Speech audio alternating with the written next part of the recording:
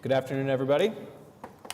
We're going to go ahead, it's 2 o'clock, so we'll go ahead and start on time today. Welcome to the August Historic Preservation Commission meeting, and thank you all for joining us today. My name is Taylor Fudge. I'm the chair of the Historic Preservation Commission, and as usual, we have a full agenda, and it is always my goal to get everybody out of here early and on time. So be thorough with your responses and questions and things of that nature, but also be mindful of time. As a reminder, please limit individual conversations during this meeting. This will ensure the commission members and applicants can hear one another. Please remain quiet until you're called upon, and when you do speak, please state your name and address for the records up here at the microphone at the podium. Before the commission votes on each item, we will ask if any members of the public wish to speak. Anyone speaking will be given 3 minutes to relay information to the commission members. If we have to stop this meeting for any reason and we're unable to continue, all remaining items will be moved to the next regularly scheduled Historic Preservation Commission meeting, which will take place on Wednesday, September 7th at 2 p.m. right here in City Council's chambers. The agenda and documents for today's meeting are located at the PrimeGov website. If you're following along, select Agenda on the right-hand side of the Historic Preservation Commission meeting to see which items are being discussed. Written comments received more than 24 hours before today's meeting are posted online and were shared with commission members. At this point, no new materials may be shared with the commission. So, if you brought materials and additional information to share with us today, please keep them at your seat. We cannot and will not accept them for review. Desiree, will you please call roll? Commissioner Fudge. Present. Commissioner Ryman Phillip. Present. Commissioner Corbin. Present. Commissioner Jordan. Present. Commissioner Meacham. Present. Commissioner Milner. Present. Commissioner Poore. Present. Commissioner Ramey. Okay. Procedures for today's meeting were noted in the agenda. For the sake of time, we do ask that anyone who is unfamiliar with the process, please refer to the procedures section. There are 2 items that we like to note specifically regarding this process today. These involve certificates of appropriateness or appeals. Regarding certificates of appropriateness, after an application is approved and the 10-day protest period has expired, the Historic Preservation Officer will mail the certificate of appropriateness to the applicant. City construction permits cannot be issued until the certificate of appropriateness is issued. Please contact HP staff for final design review inspection or to withdraw items that will not be completed. Regarding appeals to the Board of Adjustments, any person aggrieved by a decision granting or denying a certificate of appropriateness may appeal to the Oklahoma City Board of Adjustments. All appeals shall be made within 10 days of the commission decision by filing a written notice of appeal with the clerk of the Board of Adjustments. Katie, do we have any news from the Office of the Historic Preservation Officer? Anything we need to move today? I have nothing to report under Office of the Historic Preservation Officer. We do have one item that is a presentation under other business. Sometimes we have opted to move those up to the top of the agenda. The Commission wants to get that out of the way first. So if you all feel like that would be appropriate today to get that one taken care of, we can move that up. Can we do that? Yeah. Okay. Well, let's move that to do we need a motion to move it? What do we need to do to move that? Okay, do we have a motion? I'll make a motion to move, what is that number? 7A. 7A to the top of the agenda. Okay. I'll second that motion. Moved by Commissioner Ryman Phillips, second by Commissioner Poore. I'm assuming we need to vote in PrimeGov to move that item.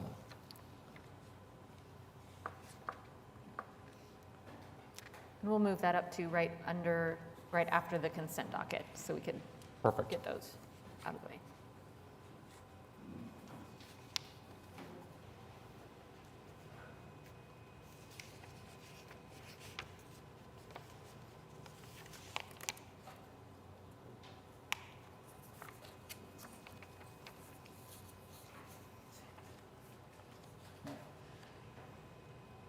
Okay, we will move that item to the, what did you say, before or after the consent docket? I would say, yeah, just after the consent docket. We will move that after the consent docket. Perfect. Okay, moving on to item 3, which is acceptance of the minutes. Have my fellow commissioners had a chance to review everything from the July 6th meeting? Do we have any questions or perhaps a motion to accept or modify? I motion to accept the minutes from the July 6th meeting. Do we have a second? I'll second. Moved by Commissioner Jordan, second by Commissioner Milner. All in favor, please vote in PrimeGov.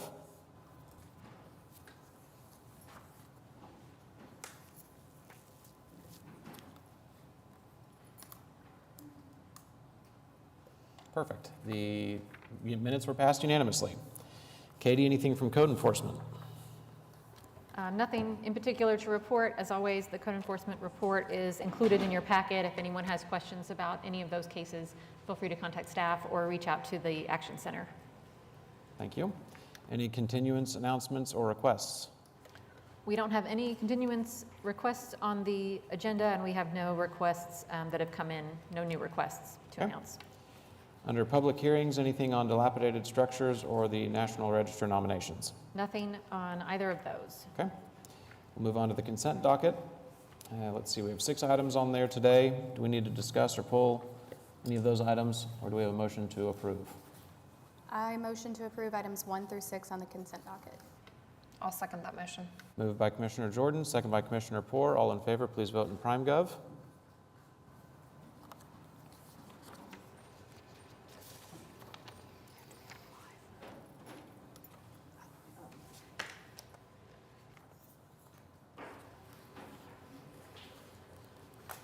Everybody had a chance to push the button? Perfect. Okay, that motion was passed unanimously. If you were on the consent docket, congrats. Your project is approved. You have the option to stick around for the remainder of the meeting or head out today. Next, we will move on to the presentation. Just presentation on 107 through 127 Northwest 14th Street.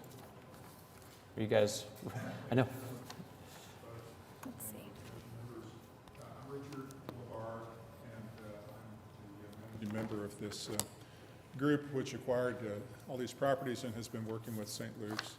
And as you may recall, we've engaged Richard McCown and his team to do the pre-development work on this project. And so he is here, as is Ryan Eshelman, the project architect. And so I'll just turn it over to them. And I will say that we had what I believe was a very good, productive meeting at Kathy O'Connor's home with the Heritage Hills Neighborhood Association Board, and listened carefully to what their various concerns were. And so I think that Ryan or Richard will speak to what those are exactly. Perfect. Thank you. And sir, when you come up, do you mind stating your name and address for the record too, please? Certainly. Ryan Eshelman, GSB, 3555 Northwest 58th Street. Good to see you all again and to visit about this project. The deck that we're going to look at today was submitted and in the agenda, and we'll talk through the site plan and some elevations to show the development since the last time we discussed.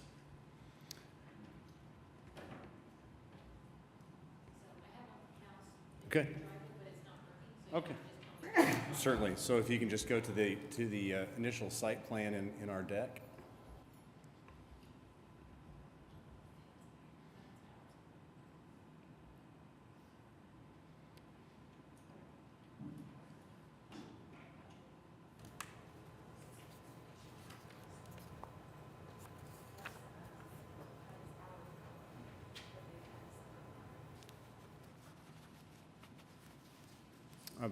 I've got it available if you need it.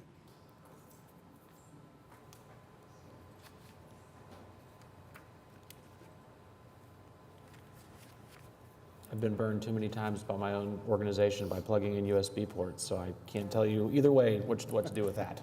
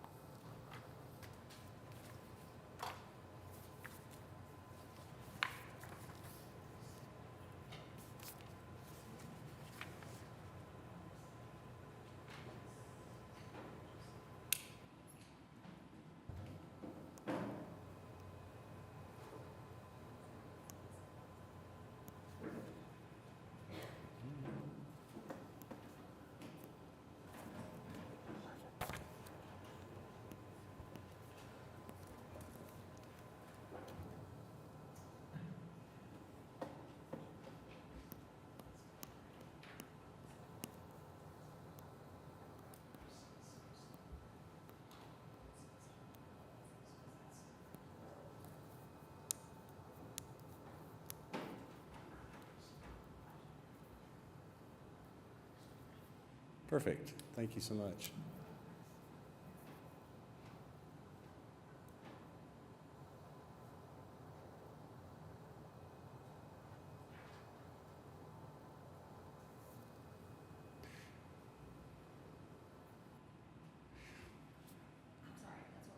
Certainly. Well, as you recall, the project is located in the 100 block of Northwest 14th, and the site is bisected by the one remaining existing residential structure from that lot, which is now used for commercial purposes. And when we discussed last time, we talked about the setback issue related to the building. We also talked about the play areas and the need to kind of enclose and secure those. And so what we're showing in the site plan here are two buildings totaling about 24,000 square feet that encompass the existing building that St. Luke's owns fronting Robinson. And what we have done in this illustration is to show a step back in each of those buildings so that the west and eastern terminus of the entire block moves out to the right-of-way towards the street, similar to the historic commercial building across the street south of Northwest 14th Street. So kind of anchors the corner at that end and also transitions at the alley to the more industrial commercial looking buildings that front Broadway. And then the buildings step back towards the middle of the block, close to the face of the existing porch of the historic structure. So that creates an edge along the street, and also creates an open play area in front of the building, as well as some play areas behind the building. And pursuant to our discussion last time, we've located the play structures behind the building in the larger play area, so they're not visible from the street. So this allows multiple ages to have separate play areas that are secured within each of those zones that are being served by the buildings. You can also see that we're indicating some cuts into the curb on the north side of the street for drop-off and pickup, as well as an entry point for each of those buildings where the patrons would enter and take their children to their class and depart. And you can also see some of the notations of general dimensions. As we mentioned last time, in order to secure the kind of open space that we need for the play areas, and because of the exaggerated width of the right-of-way, we're proposing to encroach into that right-of-way a few feet off the sidewalk edge with a fenced play area. On most streets, that would still be within the property lines, but because of the exceptionally large right-of-way, which is indicated in that red dashed line, we're moving over the top of that. So that's the general footprint. You can see on the alley, an edge on Robinson, anchoring the corners, and then stepping back to acknowledge the house. On the following image, you get a sense of the scale and architectural character that's proposed. These are intentionally black and white, so we're not talking about specific colors. We're just talking about forms, massing, and relationship. And you can see that the two end elements that are out towards the street are flat roofed and more historically commercial in character, and the facades towards the mid-block are more residential in character. And again, it's intended to create that historic rhythm of the street, so there are essentially 6 independent facades on these two buildings flanking the original structure. You can also see the roughly 48-inch high fence that's proposed around those front play areas with a landscape strip where there can be some shrubs and other elements to separate the sidewalk from the fence. On the subsequent images, you see the true elevation at the top, and one of the things that we're also doing, in addition to stepping back the building mass towards the mid-block, is we're acknowledging the building height, the existing building structure. So you can see how the building elevates in height towards the mid-block from a flat structure on the end to a pitched roof single-story facade to a pitched roof 2-story facade adjacent to the existing historic structure. So the massing kind of tapers down in either direction and acknowledges the historic structure. And you can imagine siding and brickwork where there are windows and doors where we'll be incorporating porches onto those center masses. They will have actual doors. The St. Luke's has talked about using those porches where they take the infants and others out to sit and rock with them on the porch, but those are not anticipated to be public entry points. Those are just for access to that fenced area. Subsequent images show kind of the aerial, so you get a sense right there of the kind of scale of the buildings, the proximity to the rear property line in those play areas, and the proximity to the street relative to the fence and the building facades. We will be able to preserve a number of the existing mature trees on the streetscape. It just depends on how much of the drop-off lanes, how long those drop-off lanes are, determines how many of those existing trees would be preserved as is. But obviously there'll be new trees planted in the open spaces, similar to what's indicated.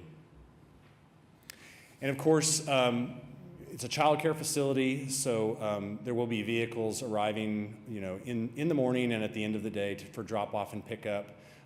There's no permanent parking intended. This is short-term drop-off and pickup, and hopefully, while there will be obviously some traffic associated with the child care use, folks are headed south to downtown to the healthplex and areas generally south and to the east. So hopefully the drop-off process is in and out of this block only with minimal impact to neighboring streets. The subsequent images are just supporting beyond the images of the development itself. You can see the survey that indicates the buildings that have been taken down, as well as some aerials of the existing site and some street views as well. So obviously our intent today is to reflect an actual design that's derivative of the comments that you shared with us last time. What you described was important considerations. Obviously your willingness to talk through some setback options that make this work well as a child care facility and accentuate the structure on this block, as well as to be respectful of how we treat the open space and the play areas. So certainly welcome your questions about what we have today. Our intent is to gain confidence in consensus on how we're utilized in this block so we can move the project forward into further design and more project documentation before we come back to you for an official approval at a later date. Perfect. Thank you. Do you have any questions from commissioners on this particular project? I will say I'm excited about it. I think it looks great. I will say that these presentations can be a double-edged sword at sometimes. I know you're coming here seeking feedback from us, but without specifics on materials and this is the final design and things of that nature. I know for the commission, it's hard for us to really gain consensus on yes, the project is great and that needs to move forward. But in terms of sharing the information with us, we certainly appreciate that, and I'm supportive of the project. That's for sure. Have you? I would probably be more interested in what the neighborhood is. Talked about with you and what they're thinking. I will say, as far as parking, I am kind of familiar with the Westminster thing, and so there is a very long line of cars that wrap around the block twice a day there. So, I mean, there is that to consider as far as parking or pickup. I mean, there's quite a few people. Certainly. Quite a few people there, but what are I'm more interested really in what the neighborhood, if you had negative feedback from the neighborhood. Well, we've had several conversations with the neighborhood. Obviously, there are families with small children in the neighborhood who love the idea of more child care being available at this facility because of the wait list. But there is traffic generated by the existing facility, and St. Luke's will continue to operate in that existing location 2 blocks to the west. So since we're close to Broadway and we can easily get south of 13th, we're optimistic that the traffic can stay in this corner and get back out to those major thoroughfares. But the traffic primarily has been a comment that the Heritage Hills Association has had questions about. And we discussed the nature of this as a transitional block. It's the last half block in the historic district, and it transitions to more commercial uses east and south.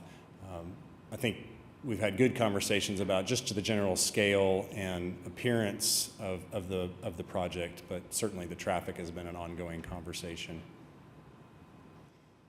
And we certainly understand the fine grain approval that you talk about, you know, sighting exposure, materials, color, all of that. We have great confidence we can work within your guidelines and come back to you with proposals that will address all of those. So obviously we're interested in the big moves, where the buildings sit, how close they are to the street, where we're fencing, general heights and architectural character.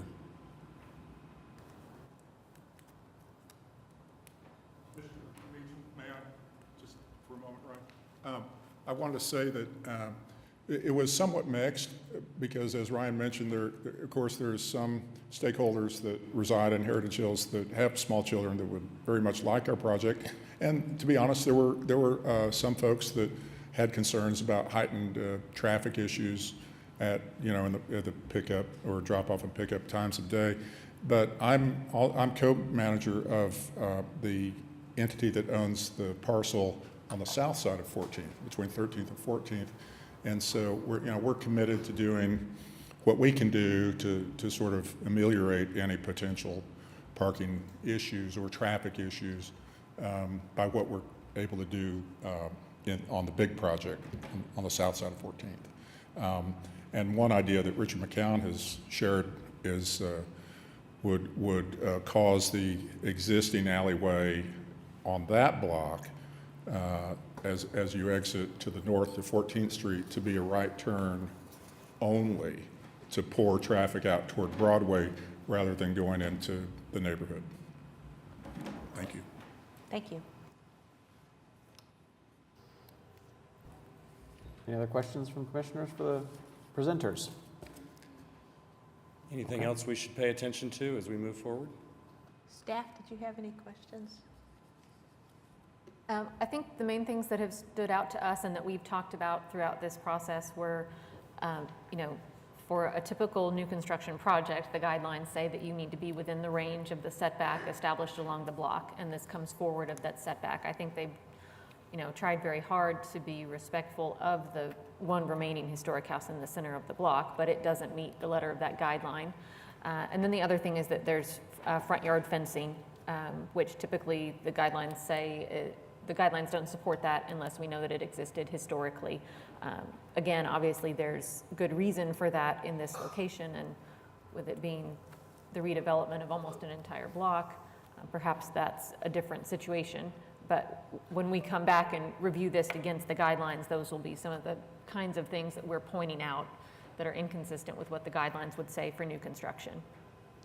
I mean, just to look at the project, I think that, it's very nice looking, and I don't, other than what really staff is commenting on the setbacks, I mean, I would just say that I would be, my major concern would be the neighborhood, and making sure that as many issues have been addressed and that we don't really have some kind of group in the neighborhood that are just really against it for whatever reason, even if they're close or the traffic or whatever. But that would be my main interest, because it's a big project. I mean, it does have a large impact on the neighborhood. Sure.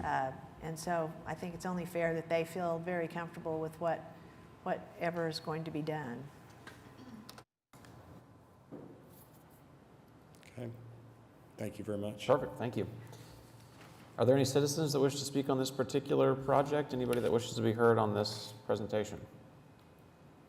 Okay. We will move on to the cases for individual consideration under item D.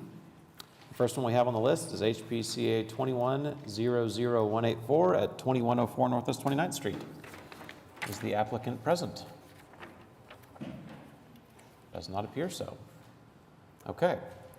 Katie, can you give us a little bit of a synopsis on this one? Yeah, so this is located in Shepherd, Ward 2, consideration and possible action on application by Brooke and Michael Hines for certificate of appropriateness to construct garage. This has been before the commission. This is the third time now, so they are out of continuances. We have not received any additional information since that initial proposal. Staff has recommended denial with prejudice. The with prejudice simply means that they could not reapply for the exact same thing for at least a year. They could come back and apply again as soon as they wanted to for a different project.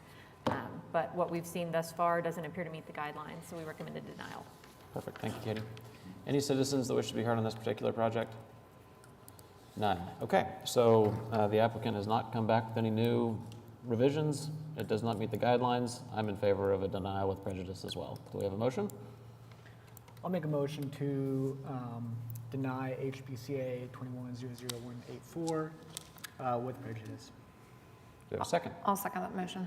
Moved by Commissioner Ryman Phillips, second by Commissioner Poore. All in favor, please vote in prime gov.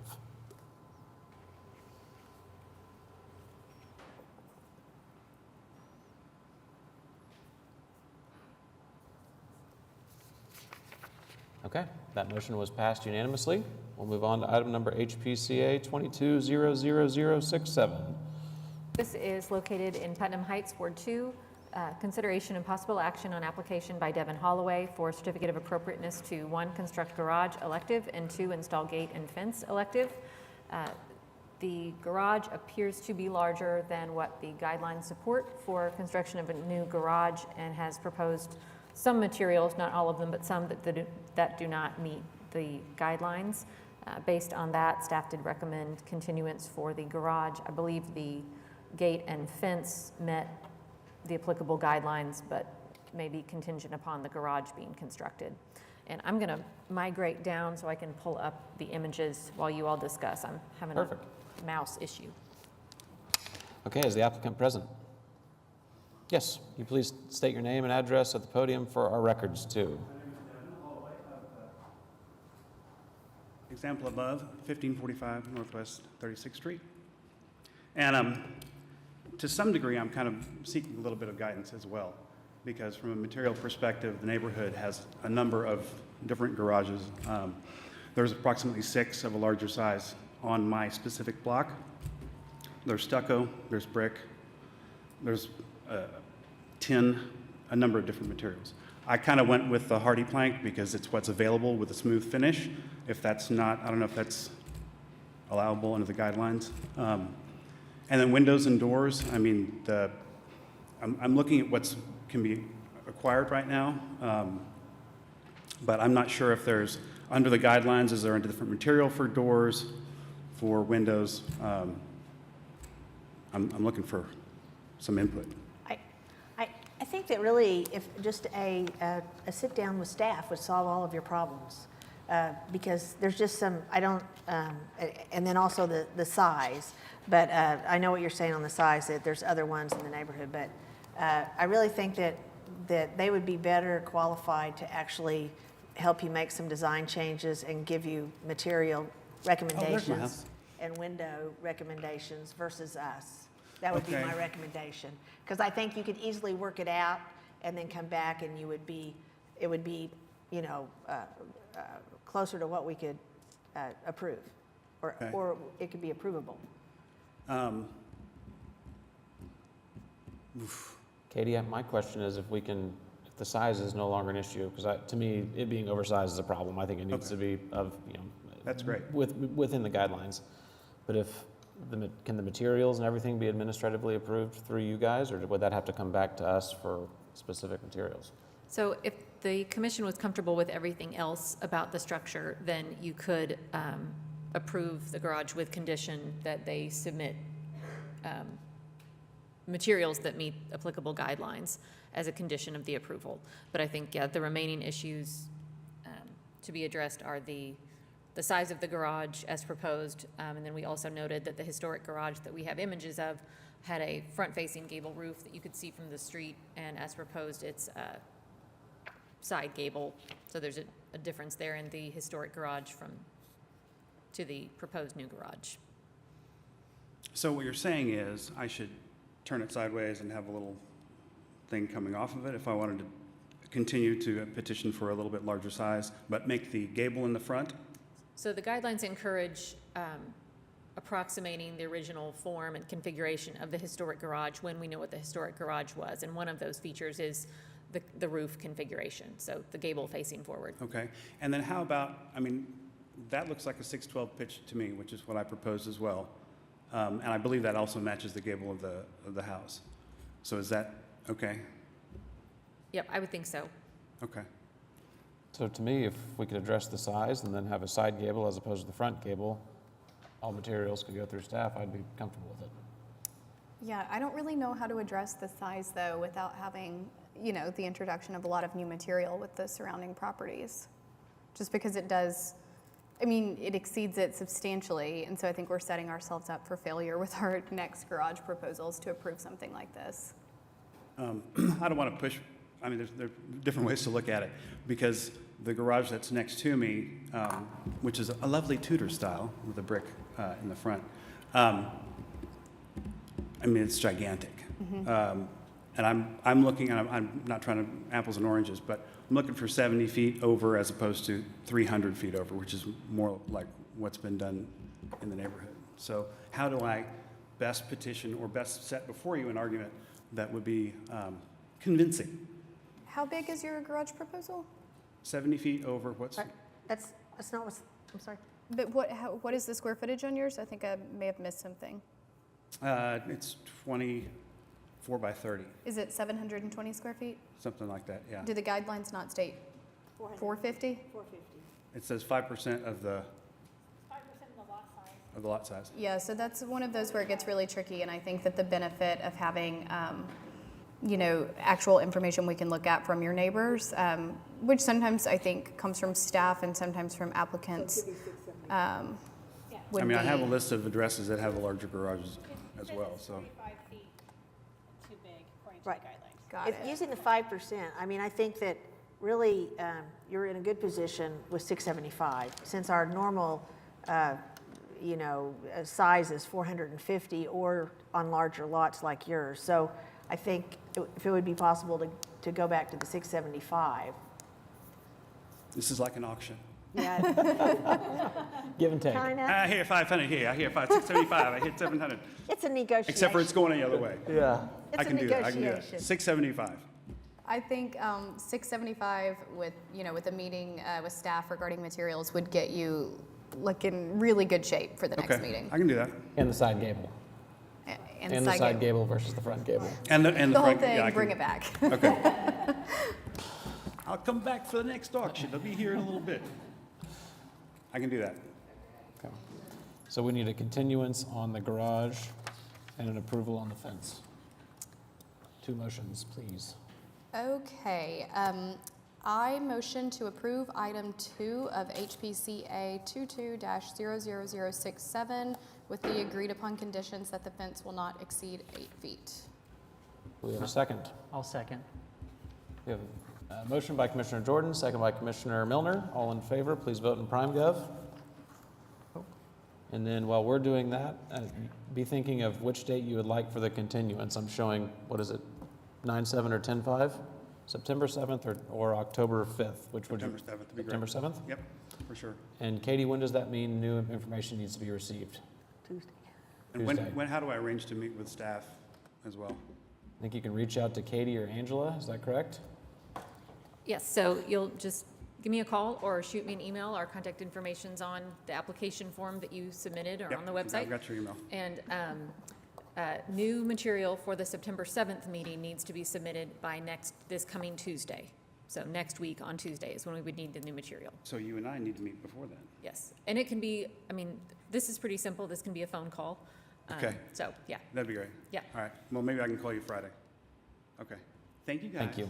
We also did not ask if any citizens wish to be heard, and I apologize for that. But is there anybody here in the audience that wishes to be heard on this particular project? Yeah, exactly. Okay, perfect. Let's talk about the continuance. Do a motion for continuance. I will motion to continue item 1 of HPCA 22-00067 to the September 7th meeting. I'll second. Moved by Commissioner Jordan, second by, what's your last name, Amber? Second by Commissioner Corbin. All in favor, please vote in PrimeGov.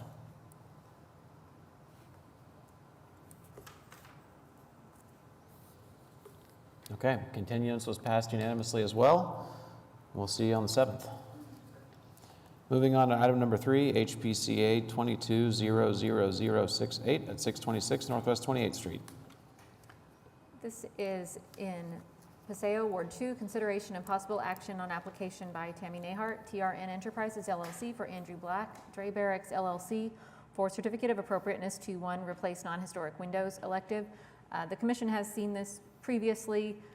The windows do appear to be non-historic and certainly appear to warrant replacement, but we don't have documentation of windows that meet the applicable guidelines. Staff has not been able to connect with the applicant about what needs to be submitted, so we did recommend another continuance on this item.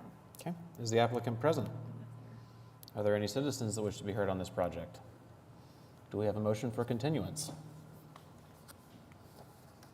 I'll make a motion to continue HPCA 22-00068 to the Staff would request the October 5th Okay. meeting, so maybe we have time to October get in 5th touch with meeting. them. Do we have a second? I'll second. Moved by Commissioner Poor, second by Commissioner Raymond Phillip. All in favor, please vote in PrimeGov.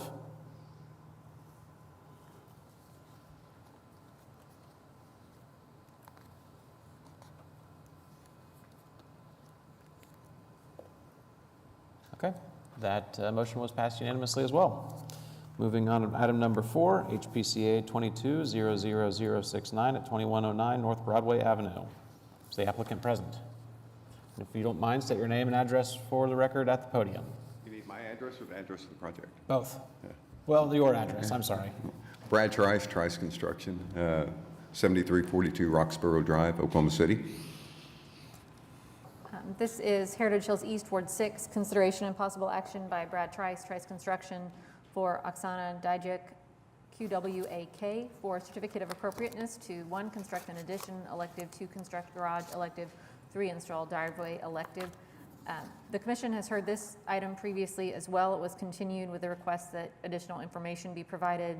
There was indication that the applicant was going to work with the neighborhood and with neighbors, that there would be a survey. There were some concerns about property lines. At this point, staff has not received new information. Well, in I've this been trying to case. get hold of the other lady that's staffed in there, and I haven't been able to connect with her. We did get a survey done. We did get a topical done. We also shrunk the garage down to a single-car garage, making sure it was 5 feet away from the property lines. We also, the drainage drains out toward the street. We're taking up less than 50% of the lot now, where we were at 67% before. Because it shrunk down, of course, the size of the garage as well as the driveway. So have you called Angela or emailed? Yes, I have called Angela a Okay, couple so times and haven't heard back from her. Her phone is forwarded to, she has been out of the office Oh, okay. with a family Yeah, medical okay. issue. But if you will contact me, Well, I can submit all that information yep, to you submit today if everything- you'd like. everything to me. Because we did get the topical, we did get the survey done, and we did, to meet the guidelines that you guys set out to us, we did go ahead and shrink the garage to a 1-car garage, and had a setback from the property line, where before we were right on the property line. Have you communicated with your neighbors? Pardon me? Have you communicated with your neighbors? No, I have not. Okay, because we're still seeing communications from them that they're concerned. So they need to see I would think that they would need to see the survey and for you all to get your drawings and show them to them, Yeah, so that we don't end up with them back here again. Yeah. So I am the owner of the property, Oksana Dijak, 701 Northwest 14th Street. We did attempt to communicate with the neighbors and wanted to set up a meeting and provide the new drawings. Meeting was denied because neighbors did not like the constructions. So that was the feedback. We are happy to submit that to all of the neighbors, whoever want to, and we would like to sit down and speak with the neighbors that actually own the properties and not rent the properties. Well, I think that honestly, without the new information, any further conversation is pretty irrelevant. So I don't know how we handle this if they've been trying to. We just need to continue. Sounds like there's new information that they have that hasn't necessarily been submitted to staff that we need to see. Correct. I just didn't know if that was Yeah. if there was an actual continuance, right? if they had been trying to submit the Or is info. it's being submitted to staff. So Katie, will next time be their third time? yes, next time would be the third hearing. So it sounds like we would want to continue to the next time, and that you would have till Tuesday to get your new information to the office. Could I get an approval with if I submit the documents and they meet the requirements that you guys requested? I think we would have to see that before we could approve anything. Okay. and- Yeah. Is it possible that you evaluate the previous drawings and seeing that shrinking the garage to half the size will be away from all of the property lines? I think we need specific documentation so that we've got this file as documented as much as we possibly can with the accurate representation of what's going to occur. I mean, it's just unfortunate that documents were submitted, they just didn't get to you, and now we are getting on the third motion. I So they agree, were, it's not. they go were ahead. sent via email? Yes. That is unfortunate, and I'm sorry about that. I think for this commission, all we can do is move it. Yeah. Hopefully, if you have your plans have been changed substantially, and hopefully you can meet with the neighbors. I mean, it's always advantageous, even if you've already changed your plans, to attempt that again. So I'm really sorry about the neighbors' issues. I do not know how to meet with them if they are declining the meeting. So, and honestly, with all due respect, this isn't about liking or not liking. It's my right to build on my property. And as long as I am within the limits of historic preservation rules, there should be no reason why I need to seek the approvals from the neighbors. If there is such a motion that the approval is needed, then I would like you to point out that to me where I would refer to that. If all of the previous people did not meet with the neighbors and did not seek their approval. Well, I think there's an issue with the property line Property dispute, line. and so that does actually directly We got the impact the survey. neighbors. We got the survey, and we moved away from all of the property lines. Then I would say mail them a copy if you can't set up a meeting, and then, get us the new info, and we'll talk about it in September. Right. I am happy to mail them the certified mail, so they will receive all of the documents and the drawings of the new project. I think that works well, and we need to see that information as well, and I tend to agree with you. If you provide all the information to us, it meets the letters of the guidelines, then I would tend to agree with you on that one. Absolutely. Well, are we ready for a motion? I think so. Anyone else? Are you guys comfortable with the continuance? Yep. Okay. 9/7? To September 7th? I mean, whatever's the soonest, we are ready. There we go. Anybody from out there want to talk? Oh, do we have any citizens that wish to be heard on this project? None. Okay, I move to continue, let's see, is it items 1, 2, and 3? Lost my place. Yes. Okay, move to continue items 1, 2, and 3 of HBCA 22-00069 to the September 7th meeting. Do we have a I will second? second that. Moved by Commissioner Jordan, second by Commissioner Poore. All in favor, please vote in PrimeGov.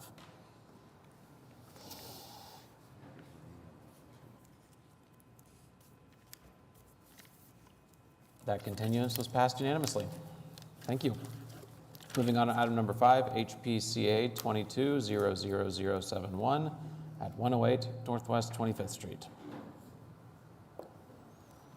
Is the applicant present? Hi. Again, hello. Fallon Brooks, 733 Northwest 22nd Street, representing the applicant.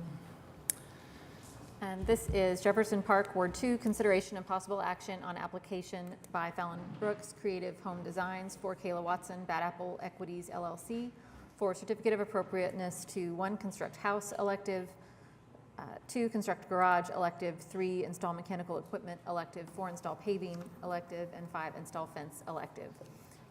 The commission did see this once previously. There was minimal discussion because the applicant wasn't able to attend that meeting, and it was continued. Staff did recommend approval with some conditions of the construction of the house and garage.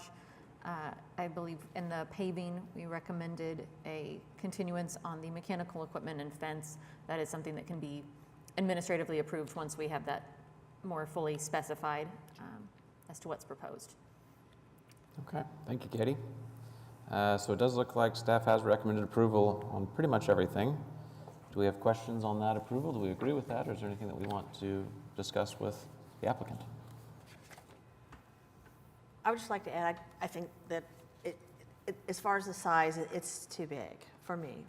I think that overwhelming historic other properties around there is, it's a problem to continue to add so much bulk to the neighborhood. But other than that, I mean, I think that It appears to follow the guidelines. I wouldn't want to live next door to it and have such a long side building. It seems, you know, it's like a big fence across from your house, but that's just my opinion on these types of projects where it's twice as big as the houses next to it. That doesn't seem to say that it matches the mass of the houses around it. That's my comments. Would you support an approval? No. Okay. Fair enough. I personally didn't have an issue with the size. I thought that it seemed pretty reasonable for the small size of the house. I didn't have any problems with any of that. It did look like there was information that was not documented very well. I'm assuming you can provide that documentation to staff. I did provide the documentation, and there were some things that were listed in the staff report as needing to be added, and I provided those. So I'll have to get with staff to find out exactly what's missing. But yeah, we provided lots of section details and updated selections. So we're pretty much ready to go. I think there are some things that carried over from the previous staff report that in the interim we did get from you, but I think we could kind of leave that condition on there if this were to be approved, and then we'll nail down if there's anything else detail-wise that is missing. Yeah, I mean, I can get with Angela, we can get an updated list and get all of those over. Happy to do that. As far as the size goes, I live in a historic neighborhood, and I've got houses surrounding me that are larger than mine, and I just feel like in the market right now, this is where we are. We can't really, we could build an 1,100 square foot house, but it's not going to be marketable. And I think what we've designed and put there looks a lot like what's in the neighborhood. It fits really well. As far as the length of it, it is what it is. I mean, the only way to alleviate that would be to make it taller. And it's not like grotesquely large. It's, I think, 1,800 square feet. So, yeah, I did my best. I'm sorry. I understand. I feel like that there is something distinctive and unique about historic materials and the way that they've lasted. We're looking at houses that are, 100 years old plus now. Absolutely. And do I feel like that we're building new houses that are going to look as good as these in 120 years? No, I do not, because we're not using the same materials and so forth. So to me, when we're building a bigger house like this and it's not going to really last and have the distinct characteristics of the rest of the neighborhood, that it's really not an upgrade to the neighborhood. It's my opinion.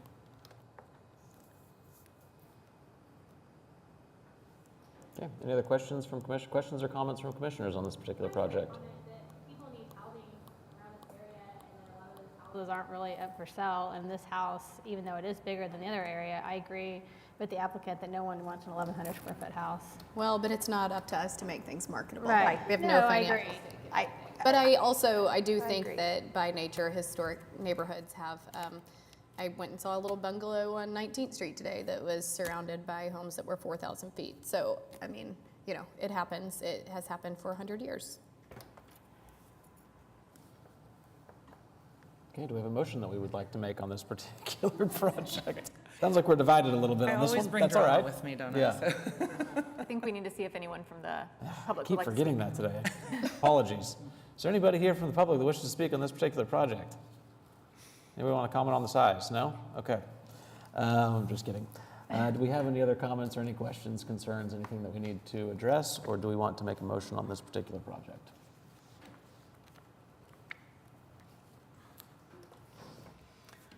I'll make a motion to approve HPCA, let me make sure I get this right, 22-00071 with the specific findings and conditions as noted in the staff report. Do we need something on the mechanical equipment and fence? What was the discussion there? That was just to get back with staff? Yes. Yeah, so the applicant will coordinate with staff on any remaining issues related to this fence and HVAC. Do we have a second? I'll second. Moved by Commissioner Ryman Phillips, second by Commissioner Corbin. All in favor, please vote in PrimeGov.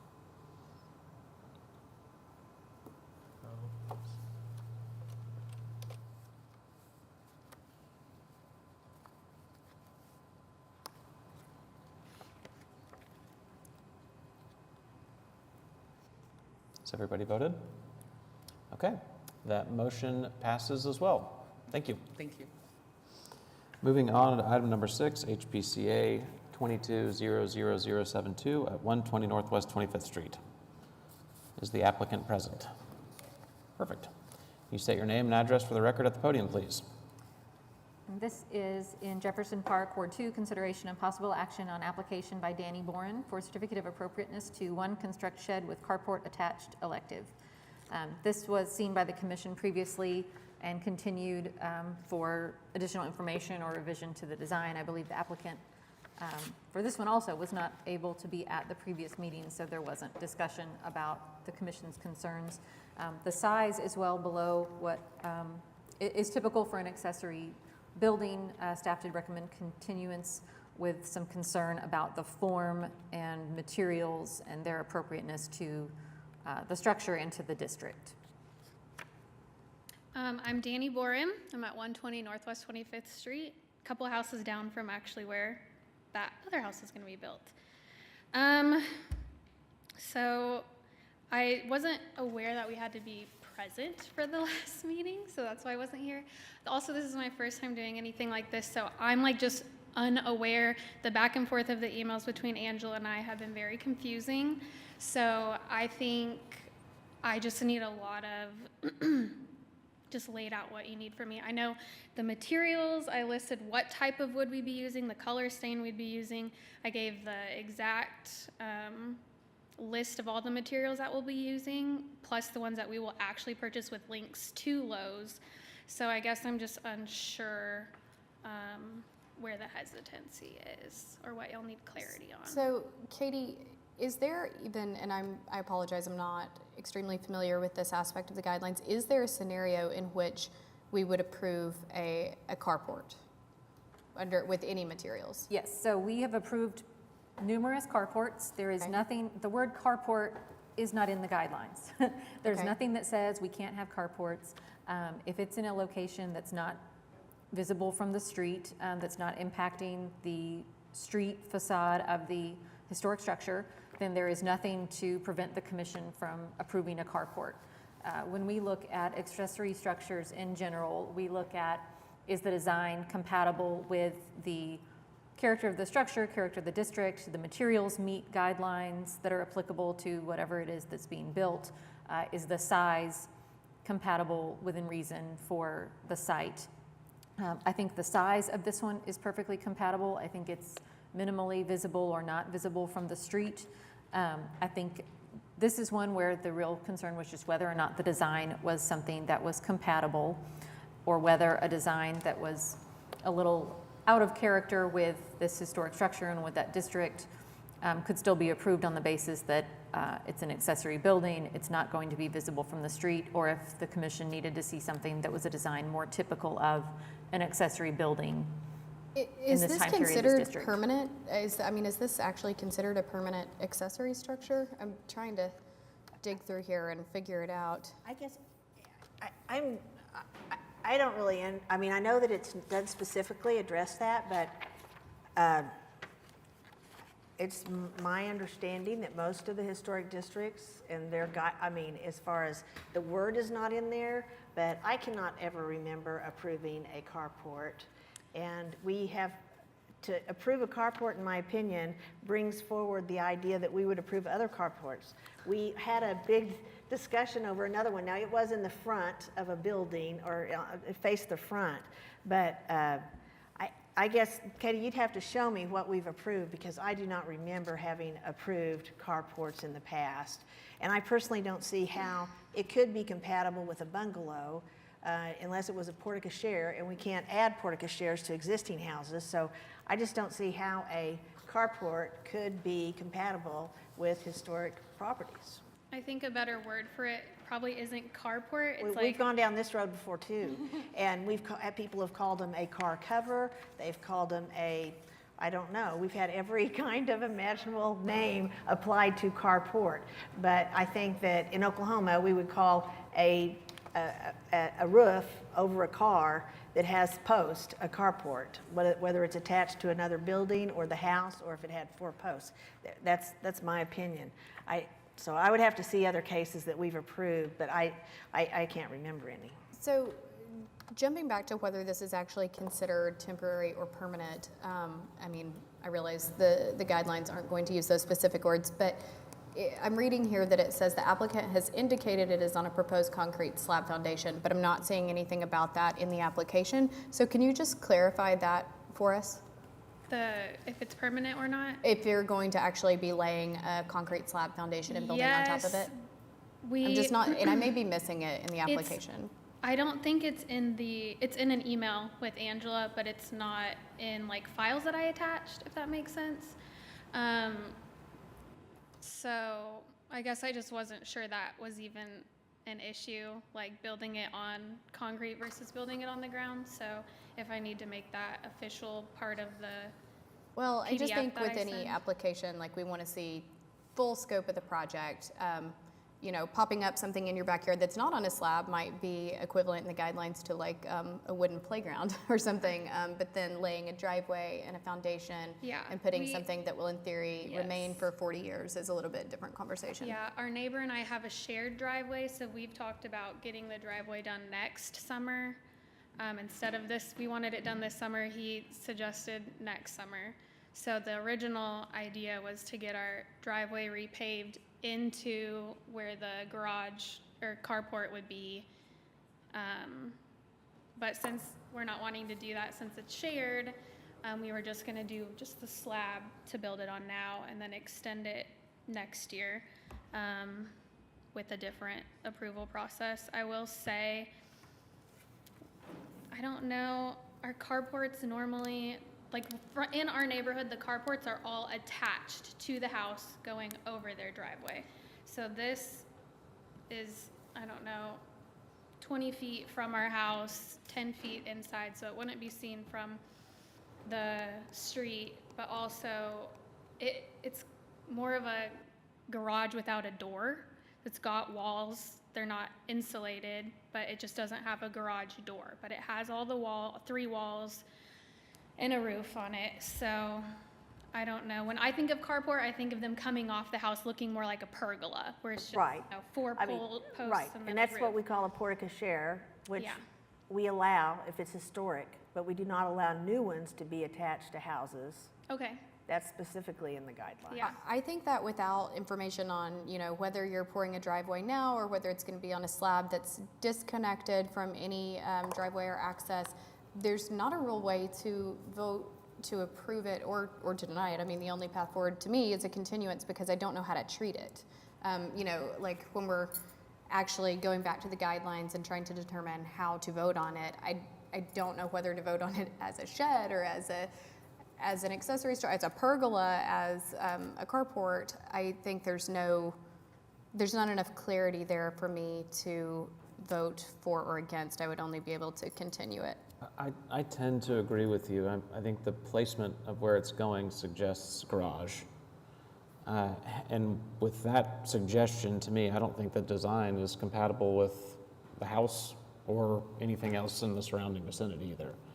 So I really struggle with an approval on this particular structure and the design of this structure based off that one fact that I do think it detracts from the character of the neighborhood, unfortunately. So when we picked that one out, we picked it because of how when we moved in, the shutters and the doors were like that, and we built the planters to mimic that. So we are mimicking the shutters and the planters now with the horizontal planks in the back, so. Is there any documentation of this garage previously, or was there a garage there previously? Are we able to, do we see that in here? Did you all consider building a garage? No, this is not like a forever house. We just got a new car, which prompted us to want to cover it Definitely during hear you on storm that one. season, and now, you know, it'll be winter, but yeah, we just wanted somewhere to put our car that was covered. You know, for me, and Mary Jo, maybe you can correct me on this, but the carport discussion we had, it's like a year and a half ago or something. I remember that one distinctly because it came back a lot. There was a lot of discussion on it.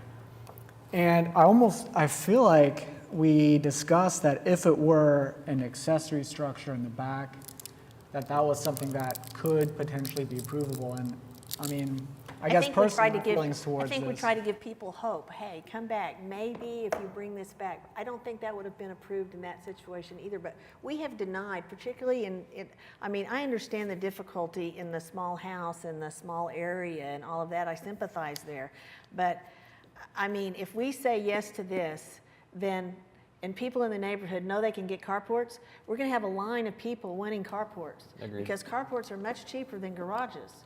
And we're not going to be able to say no at that point when we go to that. That is my feeling there. It's not, you know, I hate your idea or anything. I understand that you have a car and all of that, but I mean, and if you've been here a long time, longer than me, in 25 years, people in many of the neighborhoods, I mean, carport is just a bad word. They don't want carports. They've been getting rid of carports that were here from the 70s. And it does not add to the value of the house, in my opinion, as when it's a historic.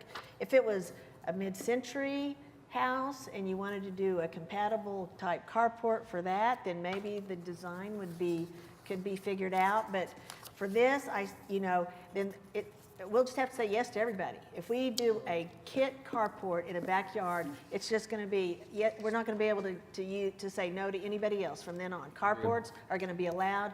And then are you going to say, well, we only are going to allow them in Jefferson Park? And then that's not right either. Well, to me, there's a distinction whether it's in the front or the back. And also, to me, this meets all the guideline requirements for an accessory structure. And I'm not sure that we'll point to a guideline that would not allow this, I feel like. Because didn't we just discuss that carport's not even mentioned in the... It's not mentioned, but how is the roof line compatible to the house? How's the roof line compatible to other houses around? None of that. How is the mass an open thing? We get on people for pergolas, you know, exactly where they are. And then this is similar, only it just is not a designed pergola. It's not a decorative pergola. It's just it's a plain structure for a car. True, but then on that note, to follow I'm just up, one person, so that's all I'm saying.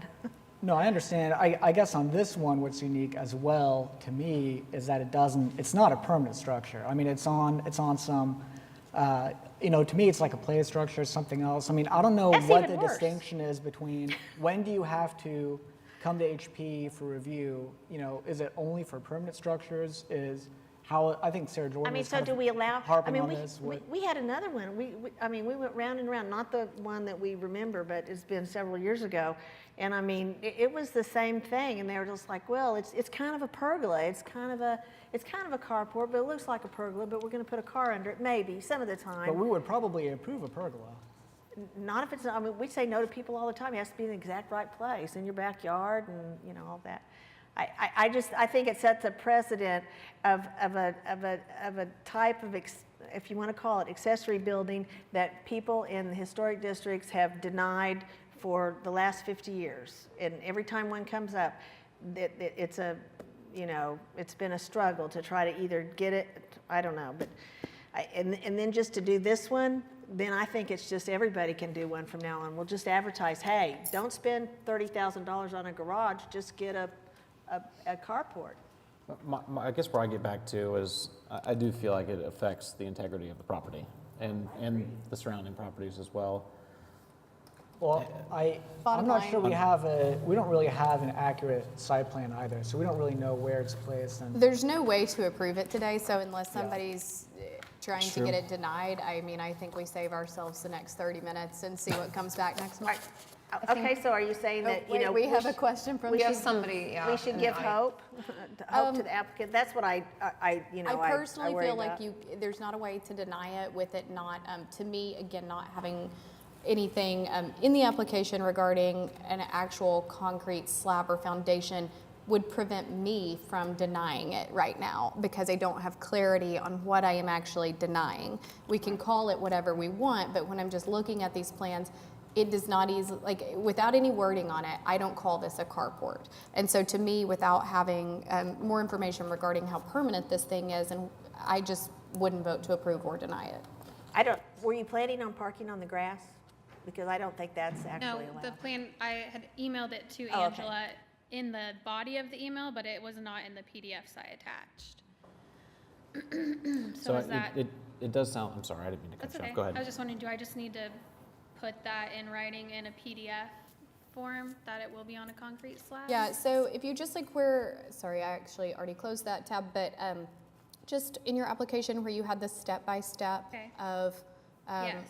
you know, how to assemble it. Yes. Additional information there regarding, you know, how much, like how wide your concrete's going to be, where it's going to extend to, you know, whether this is going to be like I guess I'm just struggling with, you know, if you're pouring concrete for a patio and then you're just building like a wooden roof over it, that's one thing. If you're pouring a foundation that's meant to support a garage structure, that's a whole other thing. So I think we just need clarity on what the thing is. I couldn't even tell you what the difference is. I think also, it just affects permanence. Okay. you mentioned earlier that it was surrounded by 3 walls, but that doesn't seem apparent to me in the imagery. So it's like got storage with it too. So Right. there's one, I guess it's like 3.5 walls. So like 5 foot on the 4th wall is part of the storage, and then it's open.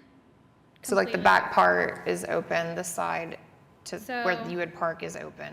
So it's like Just something you may want in to. here, and then the back and 2 sides are there.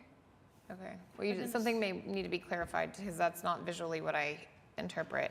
And I think also, like Sarah was saying, I think we need a site plan. I don't see an actual site plan, kind of where it is located on your actual.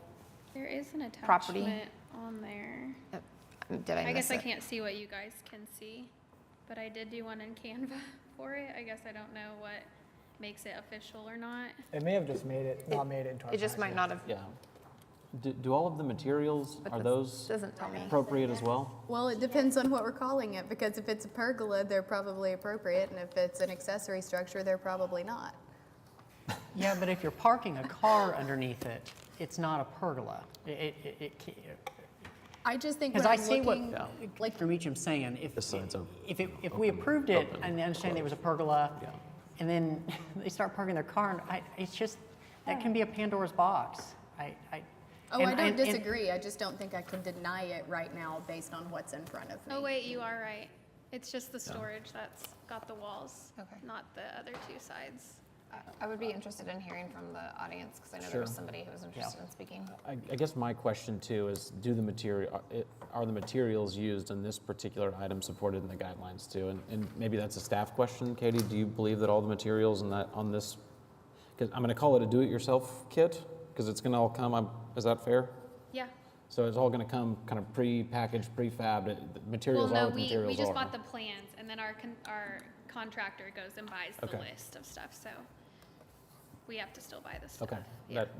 we don't need to answer that question then. That changes it for me. So, yeah, the guidelines on materials for accessory structures, which when you read those are really directed at something like a shed, are pretty flexible and permissive because we know those are usually modest structures that come and go.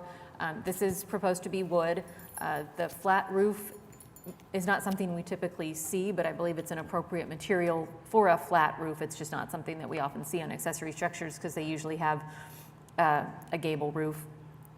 The wood is proposed to be stained. Typically, we see wood painted with historic structures, garages, accessory buildings, that sort of thing. So I think in general, if this is treated like an accessory structure along the category of a shed, it meets the guidelines for materials. If we were reviewing this as a garage, then I think we would be pressing harder for the wood to be painted, for a gable roof with architectural grade shingles, et cetera. I struggle to see this as anything but a garage. I don't know that I can get past that, especially to your point, Commissioner Miller. You're going to park underneath it. a car underneath it, and I think that's just it. It's just, there's going to be a car parked under it. So if you approved it, but called it a shed, and it's an accessory shed, but there's a car parked under it, sure, I would be the neighbor that would look across the street and say, well, I'm just going to go get a shed approved and just have a little bit extra, and I think it just snowballs. So I don't have a problem with the design. I'm just a little hung up on it because it is a carport. It's being used to shelter a car. So I think it sounds like maybe a meeting, an actual meeting with staff would be helpful to kind of walk through what your goal is, what we think it's actually going to look like, walk through your documentation. And we have, as you can see, we have a ton of cases this month. We've had a ton of cases previous months, and I know sometimes emails back and forth, you end up not connecting the dots with who's saying what. So I think if the commission opts to continue this, we make some time in the next week or two to. It certainly sounds like a continuance is warranted and necessary, but we do want to hear from citizens as well. Is there somebody that had their hand up that wishes to speak? Can you please come to the podium and state your name and address for the record, please? Thank you. So two things. First, I have to pick up my daughter from daycare pretty soon, but I have some prepared remarks. Name and address for the record. Sure.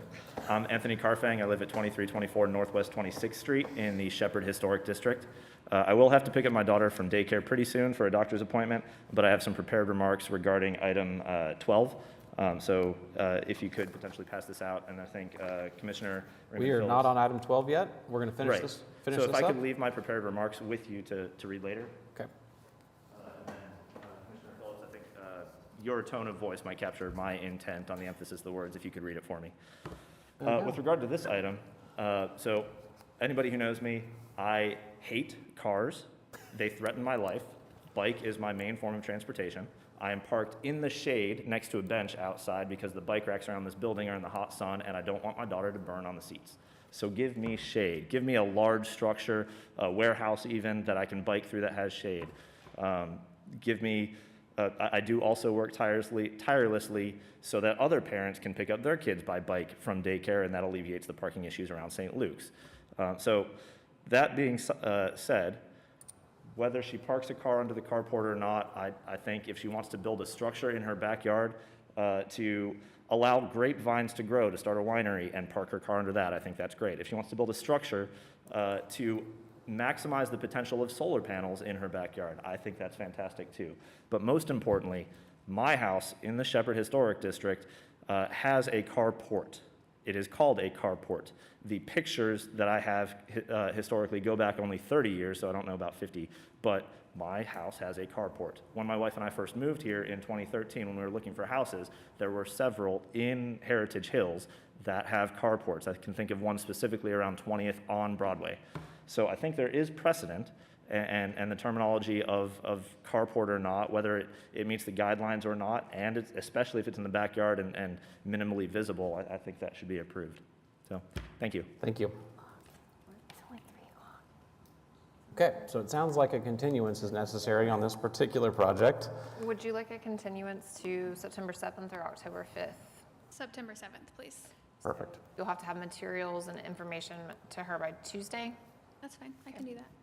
Okay. I would just add that in regards to the site plan, that you have a square where your intended project is, but it's not connected to your driveway. So you might want to show how you would get from the driveway to the project. Like potentially like showing this is what we're doing this year, this is what we're going to be doing next year kind of thing. Show how we're going to connect it from the driveway to the, okay. And your name is Katie? Okay.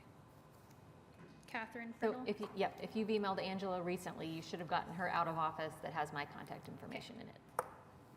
I will make a motion for HPCA 22-00072 be continued to the September 7th We meeting. have a second. I'll second. Moved by Commissioner Poore, second by Commissioner Corbin. All in favor, please vote in PrimeGov.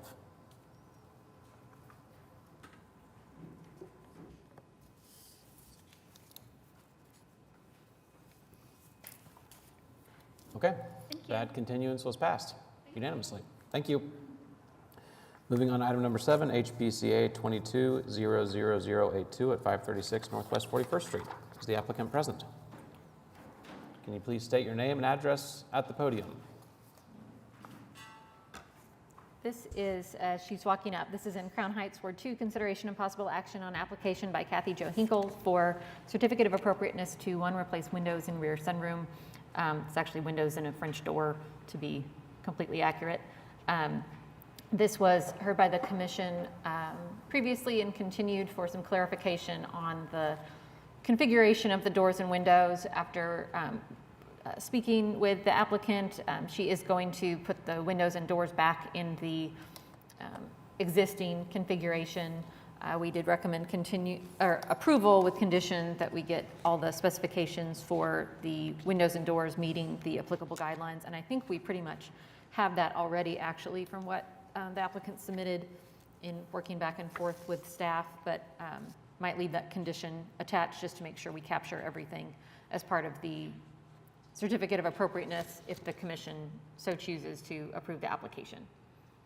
So Katie, it sounded like the door was the one thing that we were waiting on. Is Yes, that right? I think at the point that we were finishing up the staff report, I didn't have the door that she had selected, but I think we do actually have that information in the packet now. And you guys are comfortable with that design and all of that good stuff of the door? Yes. Okay. So would this be an approval with agreed upon conditions or just an approval since? I would say with the agreed upon conditions, just so that we can confirm Y'all ready about for a everything we need. vote? We need to hear from citizens. Is there anybody that wishes to speak on this particular project? Okay, I would imagine, unless you are desperately want to tell us something, we could probably vote on this one. Are you comfortable with us, with the motion? I am, and I'm Kathy Hinkle. Perfect. And I live at 56 Northwest 41st Street. Excellent. Okay. Do we have any questions on this, commissioners? Any questions? Okay, do we have a motion? I motion to approve HPCA 22-00082 with the agreed upon conditions noted in the staff report. A second.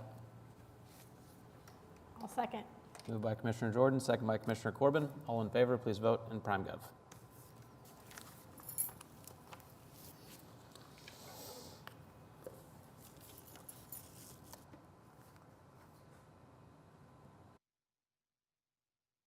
Okay, that was passed unanimously. I think Kathy got by with the easiest one ever.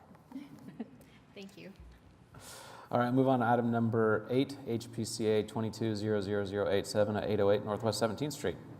This is in Mesta Park, Ward 6, consideration and possible action on application by Brian Wilkerson for Chris Wright for certificate of appropriateness to 1, construct rear addition elective, 3, construct garage elective, and 6, construct deck elective. The commission saw this previously and had requested additional documentation, more detailed drawings. The applicant has submitted some additional documentation as well as information about features on the existing house that they intend to reconstruct or replicate in the addition and in the garage. You do have at your seat some additional materials that were printed out. Staff realized that the new material got into your packet, but some of the old materials, including your site plan, were left out of the attachment this time around. So they've also provided some comparisons to surrounding garages for height. That was one of the issues that was discussed on this application. Okay. Can you state your name and address for the Brian record, please? Wilkerson, 808 Northwest 17th. Thank you. What questions do we have from the commission for the applicant? I have a question to the applicant and to staff. Are the drawings that you have submitted, are you able to submit those drawings to get a permit for the building? Pretty sure, yeah. I mean, anybody, Klaus, do you think that you could get a permit with those drawings? I mean, I looked it over and I think he's provided the information. I mean, I feel like I understand what he's doing. Could he get a permit with those drawings? That would be my, I've gotten permits with drawings just similar to that, yes. for a 2-story addition, this is all you need? I think for residential, sometimes it's pretty, the bar is kind of low. It's not required to have. Really? Well, I would just say, it's not sufficient enough for me, and that's all I have to say. I'm reading here that the neighborhood, Mesta Park Neighborhood Association is stating that they believe the garage to be too tall. I'm not seeing that noted by staff, and I can't say that I necessarily agree. Katie, could you offer any clarity on that? So the existing garage, or previously existing garage, was 1 story. They've proposed a 2-story. There is, and they've provided some information about surrounding 2-story garages. There's an abutting property at which a 2-story garage has been approved. It would be a new garage. It has not yet been constructed.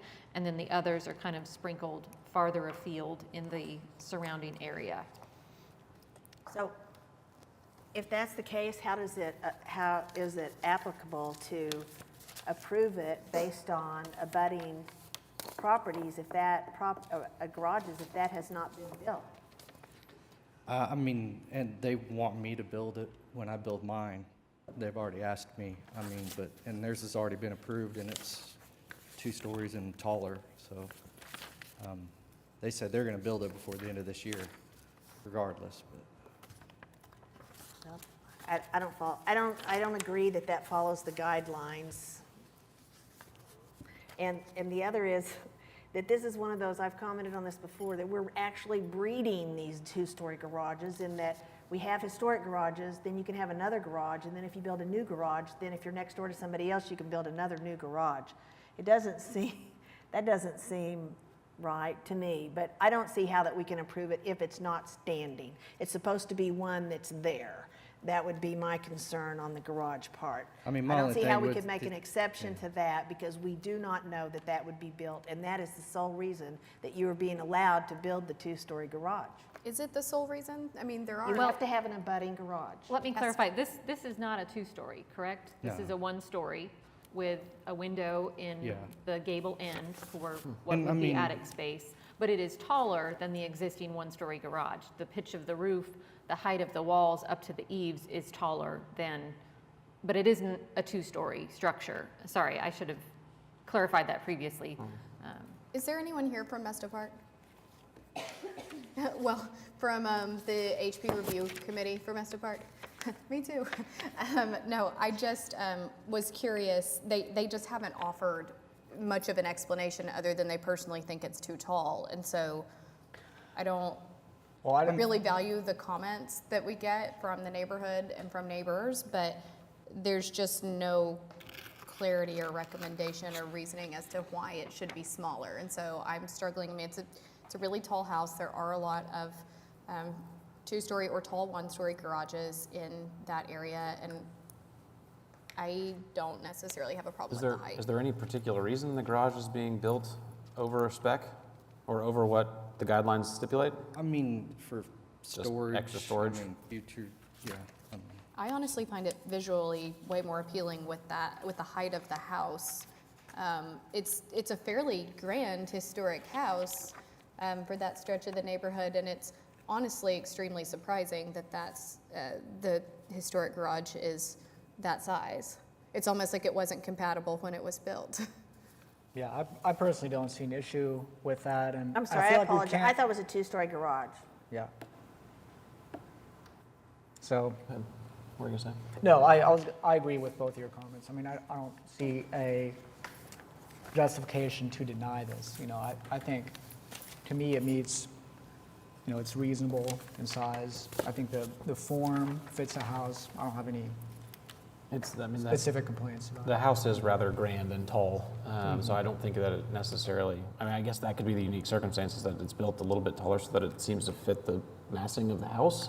I just really struggle with overbuilding these things when the guidelines state what the guidelines state, even though it does seem to fit. But is it Although overbuilt? I mean, what about it is actually overbuilt? It's not adding any footage. It's not adding any living quarters. I mean, I feel that the garage proposed is actually fairly modest for this home and certainly fairly modest for what we're seeing proposed. Regarding the drawings as well, I just want to say, I mean, even though they're not maybe, computer drafted per se, I mean, I can tell that the applicant or whoever drafted them, I mean, they put care and time to drafting it, you know. Right. And feel I like, agree. I you know, just want to make sure that when it is looked at in a year, that the person that looks at it can you know, that there's not any leeway there, that they can say that's what's going to be built. And, you know, it's my experience looking back on what gets built, new construction, about 50-50. Looks kind of like what it was supposed to. The other 50 doesn't look like what it was supposed to. So when we give people leeway there, sometimes it just doesn't, you know, when it comes down to it and you can either do this or that because you don't have some more exact information, I feel like that's where we lose. But so that's why I prefer something that everybody can, you know, be very firm about. It's, you know, and as far as expense, to have a drafting person draft up something is not very expensive to have that done, so that it's clear.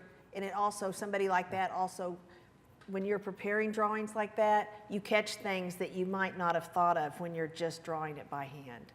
I mean, I put a lot of work into it. I It's know you two-scale. have. I'm not On saying your that you haven't. previous, I'm just saying that some things show up. The clearer you draw something, the clearer your mind is about how you're going to do those small things that you just can't draw with a fat pencil on a piece of paper like that. That's all. So I think your drawings are great, but you know, I'm looking at them right now, and as I look at the proposed garage, the garage door looks like it's off the center of what the proposal looks like here. And I think to Commissioner Meacham's point, you know, is the garage technically going to be built a little bit askew of kind of the center of the actual garage itself? Yeah, I mean, I've got 2 foot on one side and 4 foot. Yeah, I mean, on they the other. often are. I don't think that's of particular concern to me. There's. Well, I'm just, I guess what I'm saying is, because I have like A lot of clarity. to have the clarity, to have the drafted drawings as. I mean, I Commissioner Meacham- specifically, yeah, I mean, because I figured that way they've got a door and they've got the 4 foot, 2 foot storage.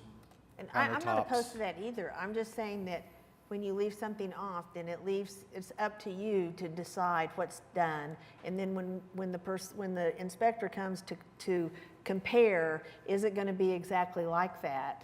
Well, and I mean, the last meeting you specifically said, you know, if it's going to be, I'm planning on copying what's there. And so I put a detailed picture of the Right. trim around the doors and windows. Right. And because I plan on copying that, you know, I appreciate the that. existing structure, so.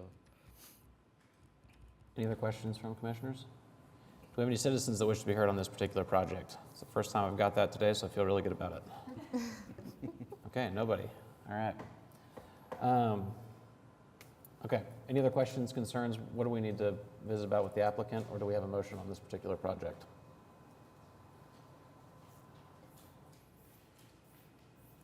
Would you like to make a motion? Yeah, have you looked at the conditions in the staff report, and do you agree with those? I think there's the overhead door shall be painted, the wood style and Yeah. rail doors, all that. And you agree with all those? Yes. Okay. Then I'll make a motion to approve HPCA 22-00087 with the specific findings and conditions as noted in the staff report. I'll second. I'm sorry, was that Commissioner Jordan on the second? Moved by Commissioner Ryman Phillips, second by Commissioner Jordan. All in favor, please vote in prime gov.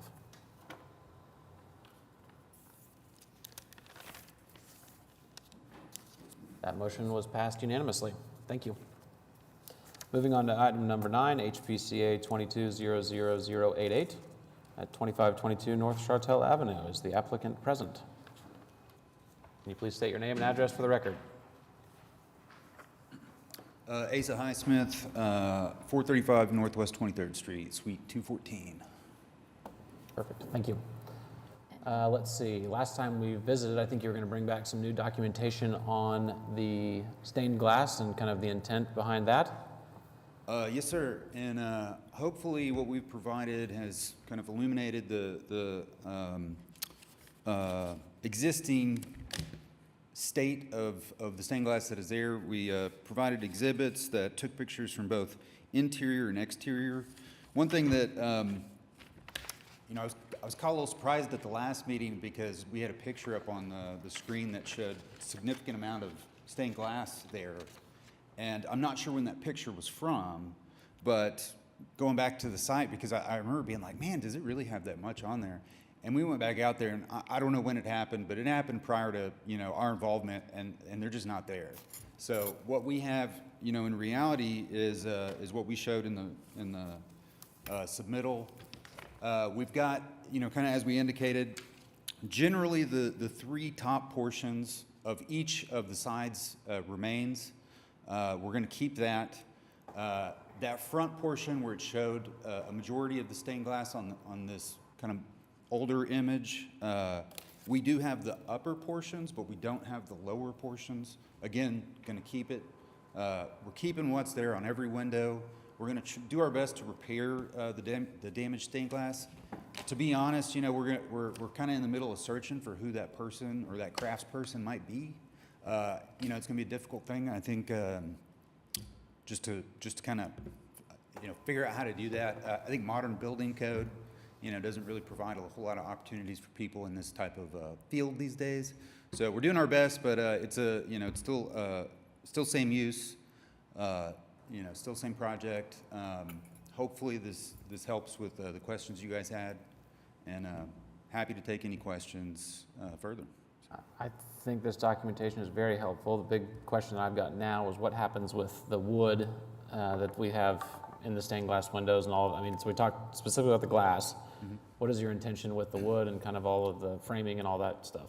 Intention is to keep it, well, to you know, restore it, I suppose.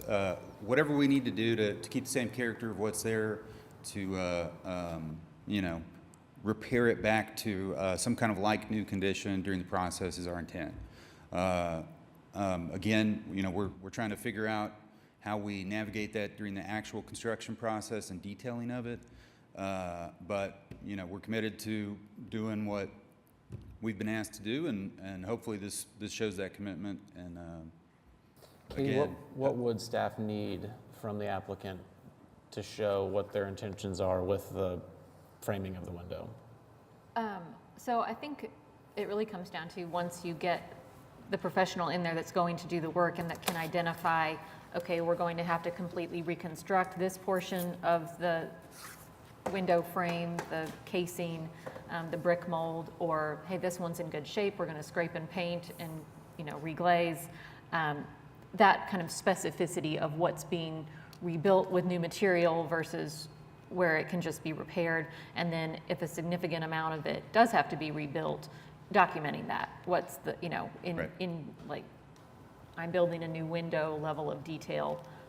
So I think that could be a condition of an approval, that when they're at that point where they can specify those details, that be provided to staff as kind of the, you know, the completion of the documentation for the CA. Based on the timeline for this project, that is probably going to be a long one, just based on the scope of it, continuing to continue this until they get that information is probably going to just drag this out and have them coming back to meetings probably unnecessarily. So we would, you know, be happy to do whatever is necessary with an approval today to work with staff to make sure, you know, we do things right. For us, part of our push is the project is complicated.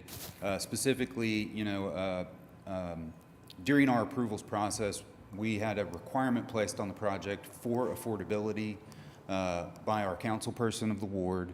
In order to meet that affordability, right, in an HP area that requires much more expense, those things are contradictory. So we need an approval in order to be able to go seek these additional kind of levels of potential subsidy and funding to get back to where we need to be. We're threading a needle, and you know, without an approval here today, it's likely impossible. So yeah, I have a question for, well, I guess for you and for staff. First of all, I'm all in favor. I think this looks great.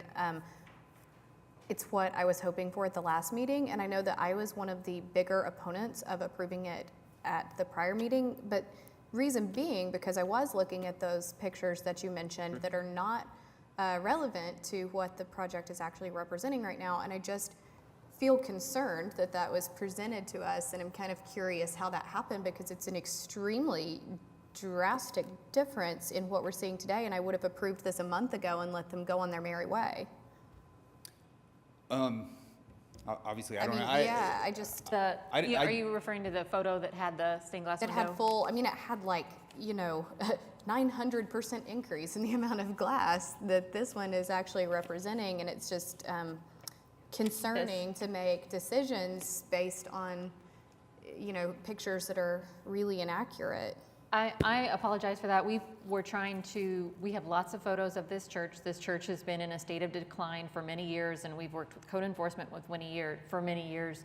So we have lots and lots of pictures of this building as it has progressed. We've got photos that show it with a lot more of the brick still on there. There's photos that show the front, at least portions of the front steps still there. I was trying to just provide as complete a record of kind of all pieces and parts of the building as we could. You know, we put the date down there just so that people would know that wasn't a current photo, but I'm sorry that I didn't make that clear that that wasn't the current condition as it sits today. We honestly didn't know exactly what was back here because it might have been on the same elevation because that's been boarded for some time. So yeah, without the applicant confirming that, yeah, behind those boards there really isn't anything left. I wasn't entirely sure at the point that we were putting those together, but I'm really sorry for that confusion. I didn't realize that that was throwing people off the last time around. It's obviously been a playground for vandals for a while, frankly. I'm surprised there's much anything left at this point. If you go inside, I mean, the amount of graffiti and stuff that's obviously been occurring there is, I'm surprised the building's even there still. So. Okay. Do we have any citizens that wish to be heard on this particular project? Do we have any other questions, comments, concerns from commissioners, or would we like to make a motion? I make a motion to approve HPCA 22-00088 with the specific findings as noted in the staff report and the condition that if significant changes need to occur to the framing of the historic windows or the wood portions of the windows during the project, that the applicant will come back to staff to discuss those changes. We have a second? I'll second. Moved by Commissioner Meacham, second by Commissioner Corbin.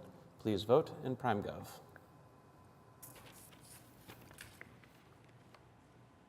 I need to quit saying all in favor, just please vote.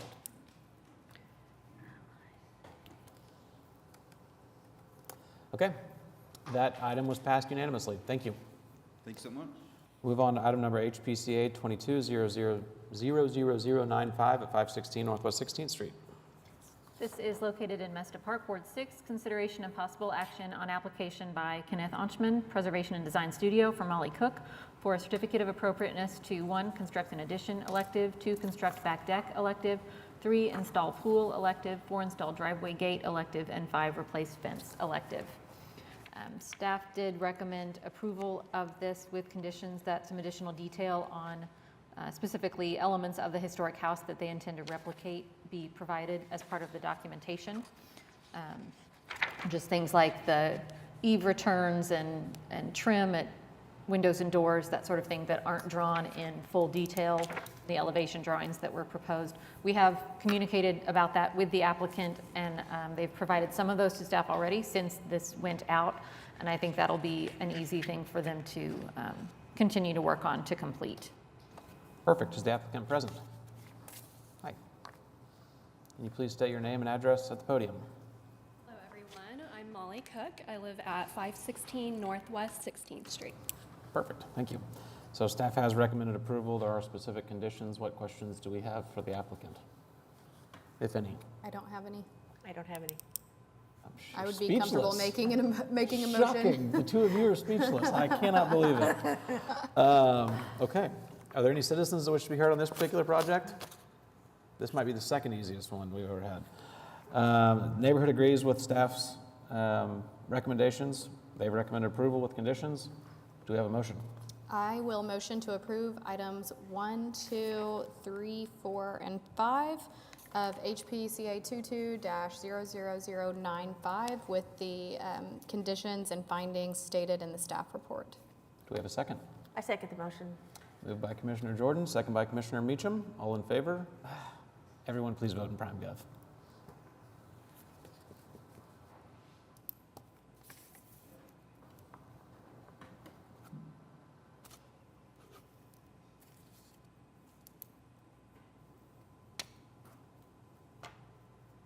That item has passed unanimously as well.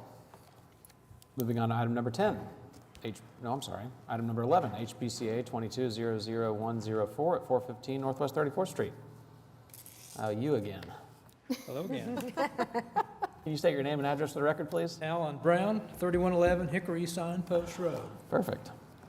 Katie, can you give us the synopsis of this one? This is Edgemere Park, Ward 2, consideration and possible action on application by Alan Brown for Paul and Margaret Donnelly for certificate of appropriateness to 1, replace patio and sidewalk, elective, 2, construct swimming pool, elective, 3, install outdoor fireplace, grill, cabinets, elective, 4, remove window and install door at rear elevation, elective, 5, install concrete stoop and canopy at back door, elective, 6, construct balcony addition with French doors at second floor, elective, and 7, construct accessory building, elective. So the commission has seen this house a number of times. This is one where we've approved the same CA a couple of times now, and the work didn't get done, the CA expired, they came back and applied for the same thing. The commission just recently approved the addition of dormers and alterations to the roof to allow the build out of attic space on this house, and they've come back with some additional work related to adding a balcony to that rear elevation. Underneath the balcony is an outdoor kitchen patio space, and then installing a swimming pool in the backyard and a second accessory building adjacent to the garage.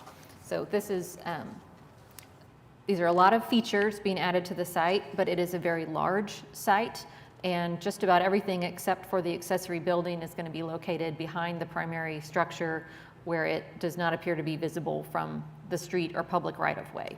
So, and they're not over on lot coverage, on square footage of additions to a structure, et cetera. So it's a big lot, big property, lots going in, but everything meets the guidelines, and you all recommend approval? Yes, staff did recommend approval for Okay. all items. What questions do we have from commission for the applicant? I'm just looking at this application. So we're talking about a flat roof, second story patio, balcony rather. Is that correct? I'm sorry. And that does meet conditions in the guidelines? So it's a flat roof extending over the patio that creates a deck that you access from the second story. Deck / balcony.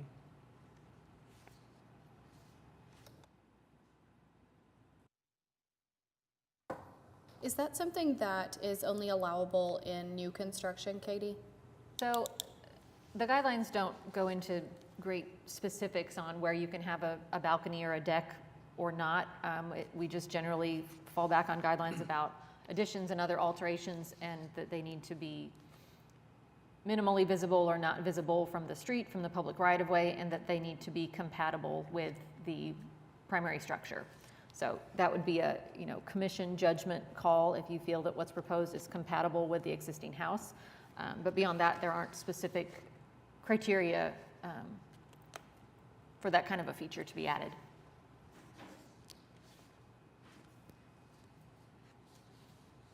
Are we comfortable with the balcony positioning and the balcony in general? Okay. Any questions for the applicant? Any citizens that wish to be heard on this particular project? Do we have a motion? I'll make a motion for HPCA 2200104 for items 1 through 7 with the specific findings and conditions listed in the staff report. We have a second. Moved by Commissioner Poor, second by Commissioner Meacham. Everybody please vote in PrimeGov.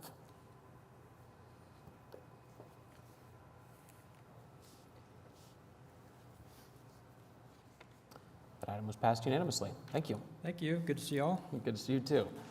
All right, moving on to item number 12, HPCA 2200105 at 1516 Northwest 36th Street. Is the applicant present?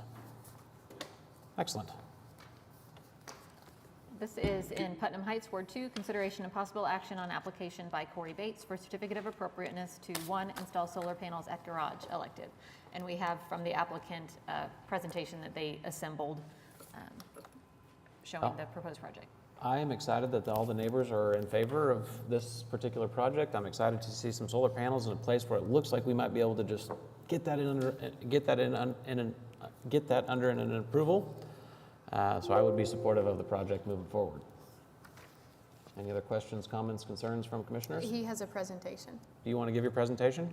If, I would hold the presentation to see Okay. what kind of Yeah. discussion we Wait. need. that's it, we'll save it as a backup plan. if we Exactly, in need case we need it. Okay. I don't have concerns for this project at all. I mean, as y'all know, when this came up the last time in Mesta Park, I was in support of it. My only concerns, and we've not only had a lot of support for this, but diversity of support. People from other neighborhoods and kind of people from all walks of life, and I think that's really meaningful, that it's not just your immediate neighbors. People apparently really want to see this happen, and that's great. My concerns are that, we've just recently denied this, and I understand it's because it was a little visible in the other one and not visible at all on yours. I just think that I will certainly vote to approve this. I would ask staff that if we approve this, we do take this as a sign that we need to revisit these guidelines, because we're opening up a can of worms for the people who we have denied in the past 6 months. Well, I mean, staff has told us that we've approved them before. But we They were not just visible. denied one. It was visible. Visible. It was a visibility issue. Everything's visible from somewhere. It is, but More visible. Give me percentages. Let's write down some percentages of I how think that- visible. Because I think we're saying that, no, we're not probably going to do it if your house, if the only place you can put it is on your front facing, your side facing if you're on a corner. I mean, there are restrictions because it's a historic district. We allow them, but they cannot be, the visibility is going to be, looked upon. It's very non-specific though, and I think with what we are seeing. Then how are we're all for his, but there were some people not for the others. I think that. Well, personally, I was all for the others, Well, but he's got about 15 letters of support, and And we the all know letters of support have I like nothing, those. have not swayed me. I'm glad, I think people are swayed because fortunately, his are less visible. I just don't see anything wrong with revisiting this in terms of the actual I think we guidelines. should. I think that we need to. can, but right now we Yeah. have to follow the guidelines. Exactly. Right. So does that mean you would not support an approval? Change it. No, I support this approval. Okay.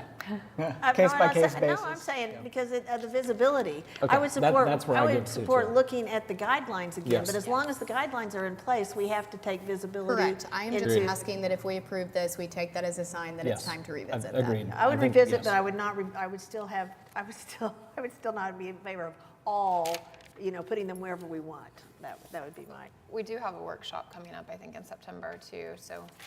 Yes, there's a workshop coming up, and we've talked about solar at other workshops before. I think the last one we had, some of you may not have yet been on the commission at that point. We were actually discussing this in the office today, and I said I'm going to take all of these letters of support and make a separate file to keep for further discussion of solar panels and guidelines. I know that the National Park Service has become more flexible on where solar panels can be installed on historic structures within historic districts. There is a larger code update project underway that will look at things related to sustainability. It will touch Chapter 59, which is where HP is housed. So there's lots of opportunities in different ways that we can try to better address and update our guidelines on solar. Perfect. I will say, one, I am a partner at 820. We started the company last year. One of our 3 core values is quality. We strive for the best quality. If we can be a resource at all to facilitate those conversations, a lot has changed in solar. And a lot of guidelines and covenants that we see are based on older perceptions of what solar is, how it looks, how it can be installed. And we really feel that if you can do it well, it works. And we've now done 3 projects in Norman's, Chautauqua, HP district. We feel like, again, if you can do it well, it does work. So we want to be a resource if we can. Perfect.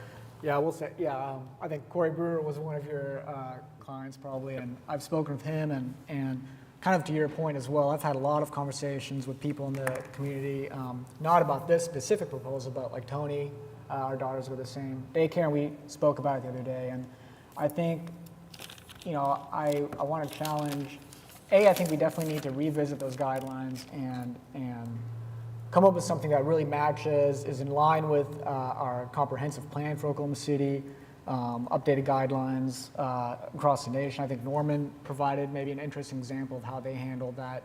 That might provide a good case study to look at. But I mean, I would really challenge the notion that there's this requirement that if they're visible, that somehow disqualifies someone from having them. And as Sarah kind of mentioned, and I don't want to put words in your mouth, but everything's visible for from someone. It is. So, well, let me finish. And I feel like solar panels, the intent of the historic preservation guidelines are to preserve the structures and generally preserve the character of the neighborhood.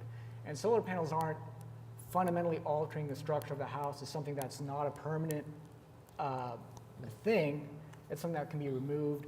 Generally, they're pretty high up. To me, I think it's fundamentally unfair that half the people in the neighborhood potentially would be unable to install solar panels because of the location of their house on the street. Now, I totally understand that that's the letter of the guidelines right now, and I understand that sometimes that's a limiting factor in what we can approve and what we can't approve, or what we feel comfortable approving and not approving. So I really think we need to relook at those guidelines, and I think have an open mind on where we draw that line and what we feel is. Would you agree though that if there was different kinds of solar panels available, and somebody came and said, and the one that was most obtrusive was the one they wanted, but they had alternate choices that weren't as much, don't you think that is something that the historic district could advise or decline on that? Or do you think that? No, I absolutely do. So although on that note, materials all the time. I will say, like for example, solar shingles or something that's in the works, but right now it's not really commercially viable yet. I think that technology, maybe give it 10, 15 years, and it will be. To me, so let's say not invisible, but just less. I mean, I'm just saying, if you have two items and one definitely has a better look to it, maybe one's less, and so your house is out somewhere else, and I'm just saying that still. Yeah, I don't think that's any different than mandating types of siding. Yeah. I mean, that's what I hear you regulate materials. What I hear you saying, sir, is that there's better products that have better appearance now, and so it would be easier to apply those to historic properties. So I think if we want to continue this conversation, we should continue it under the items from commissioners. Sure. But I think we ought to get a motion for this applicant who's desperately waiting for it right now. So do we have a motion on the table? And we also want to, any citizens that wish to be heard. I almost forgot that again, didn't I? Come on up. Unless you're going to say you don't like it, then you got to go. No, I'm just kidding. I'm just kidding. Just as she's preparing to speak, we had that earlier gentleman who spoke and had to leave but handed us a letter in support of this project. So that's what I just passed out to the. Thank you.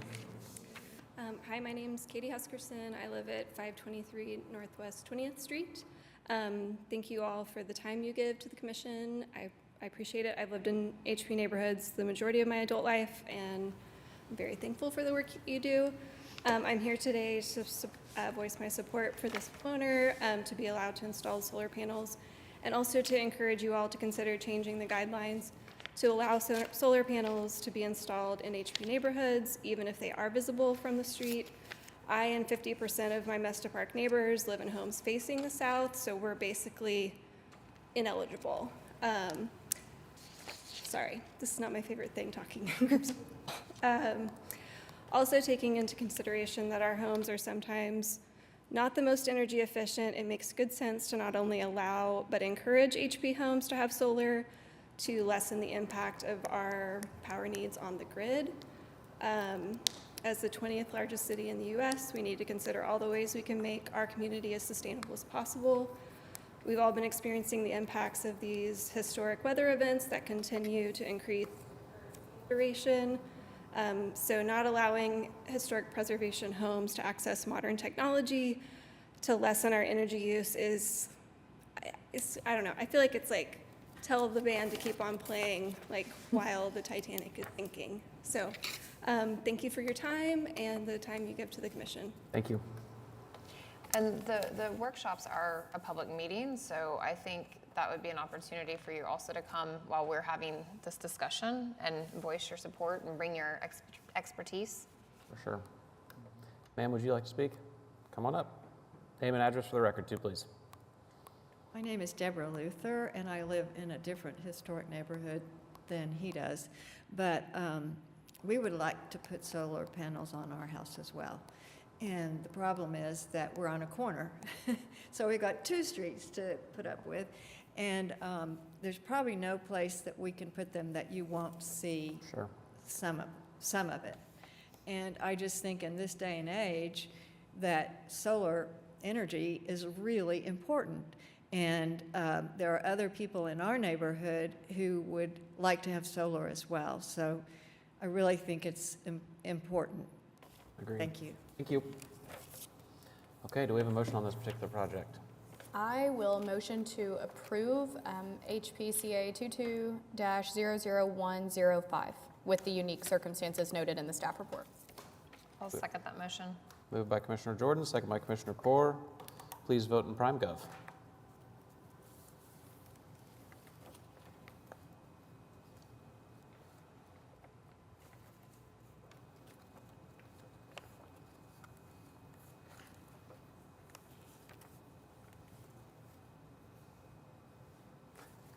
Everybody hit the green button if you were going to vote yay. It's not coming up. Oh, no. Wait, now it says that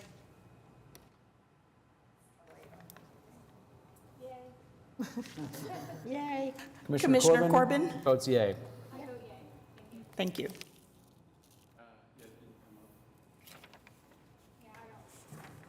Okay. There we go. That item is passed. Thank you. Thank you all for your time and your service on the commission. Appreciate it. Moving on to item number 13, HPCA 22-00112 at 2101 North Francis. This is in Mesta Parkward 6, install small cell CRAN in North Francis Avenue right-of-way, Elective. So this is an application that was before the commission several years ago. It was initially approved, installed in an alley, approximately right here between those two poles. The AT&T subsequently came back after they had worked with the city. They had realized that because of utilities that were already in that alley, they were not able to install the small cell in that location, and they would have to move it farther to the south. So that was revised. The revision was approved by the commission to go in a different location, just south of the alley. They had initially started to install this just recently, and then it was brought to everyone's attention that the certificate of appropriateness had expired, so they've come back to get that approval. This is approximately the location where they intend to install it. This is in the public right-of-way. It's not actually on this homeowner's property, even though it's on the interior side of the sidewalk. You know, as I think we've discussed before, when these have come before the commission, when it's in the public right-of-way, the city, the commission have very limited ability to dictate where they can be installed. There are a wide range of technical requirements and other limitations that kind of dictate where these have to be located. So this is a location that had previously been approved by the commission that was determined to be the only really viable option for what they needed to install. But that has expired, so they're back before the commission to have that reapproved if possible. Perfect. Question, can you please state your name and address for the record, and then from I'm T.G. Garrett, actually from 1123 South Wortman in Claremore, Oklahoma. But perfect. What questions do we have for the applicant? I just have one. I mean, I don't like these. I don't like them in the historic districts. And I mean, to me, you know, I guess I don't know anything about technology, but going back to putting poles in people's yards seems like a step back. I mean, how is that better? I mean, I understand that you need them, but going out and putting poles in everybody's yards all over the city to get better reception does not seem like a step forward to me. I don't think they should be allowed. I think that y'all should think of a better way to get it done. It's ridiculous. It'd be like going out and say, we need telephone poles again, so let's just start putting telephone poles up.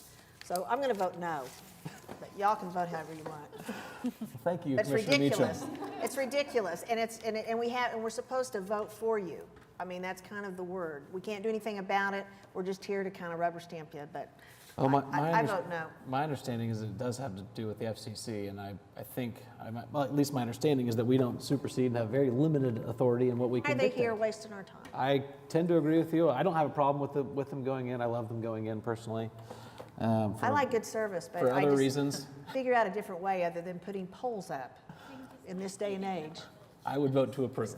I is mean, where do I'm you think there's a going with better solution? Honestly, I'm not gonna lie, I feel a little bit confused by the whole thing, but I do think you're right that we're kind of here just to be like, okay. So, I'm voting no. Yeah, we kind of went round and round with this maybe, like a year and a half ago or something.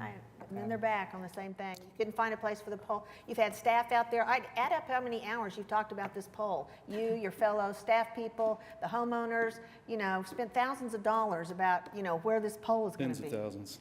Yeah. Oh my God. Yeah. Well, then I want to approve it just for the sake of him not spending tens of thousands of dollars again. It's ridiculous.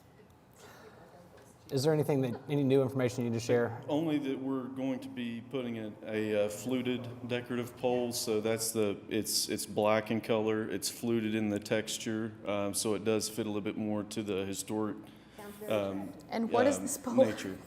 but that in that wood pole that you see next to the corner of the fence there, that'll be removed as well. That is a pole that was put there. I mean, why don't we In the don't alley. have enough poles that you can't put these things on another existing pole? I mean, there's thousands out there. I think they're taking away the old, the gross ones. It's the number of devices out there. Yeah. It just is the number keep of adding up. devices.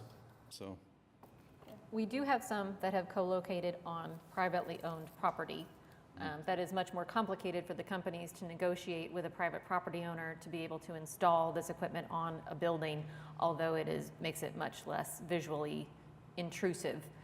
Whereas in the public right-of-way, we have to have the state has established legislation that limits municipalities' ability to regulate where these can be installed when it's in the public right-of-way. If it's on private property, then it's fair game and we can regulate it just like anything else because it's a private property owner making a decision to do something on their property. But in the right-of-way, we don't have those same abilities. Yep. Okay. Do we have a motion? Commissioner Meacham? I'll make a Watch motion. out, she'll motion to I deny know. We have to go through that twice. I'll make a motion to approve HPCA 22-00112 Do we have a with second? the, Oh, sorry. I don't know if there are any conditions or, It is a stealth tower. Stealth. I will, with the findings and conditions as noted in the staff report. Do we have a second? I'll second. Moved by Commissioner Raymond Phillips, seconded by Reluctantly. Commissioner Milner. Everybody please vote in PrimeGov. Oh, what a coincidence. She crossed out all of her screens and logged off. You can vote verbally. Commissioner Meacham votes nay. Verbally. Loudly. I'm sorry, who was the second? I don't think was there another second? Oh, I'm sorry. Commissioner Milner seconded, yes.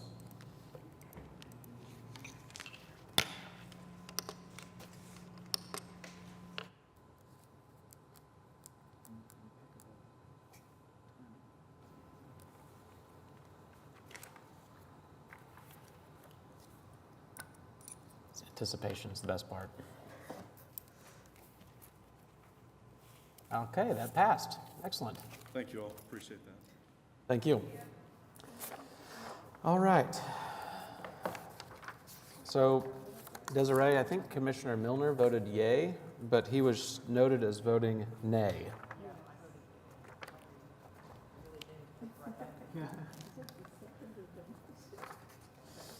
Yeah, if you vote nay after seconding, I'm not sure that works. There we go. Okay, let's see. Item number 8, communication reports. We had 9 administrative approvals, 2 withdrawals, 5 closings. Anything from City Council, Katie? No. Anything from Board Adjustments? No, I feel like something has gone to Board of Adjustment, perhaps a home share.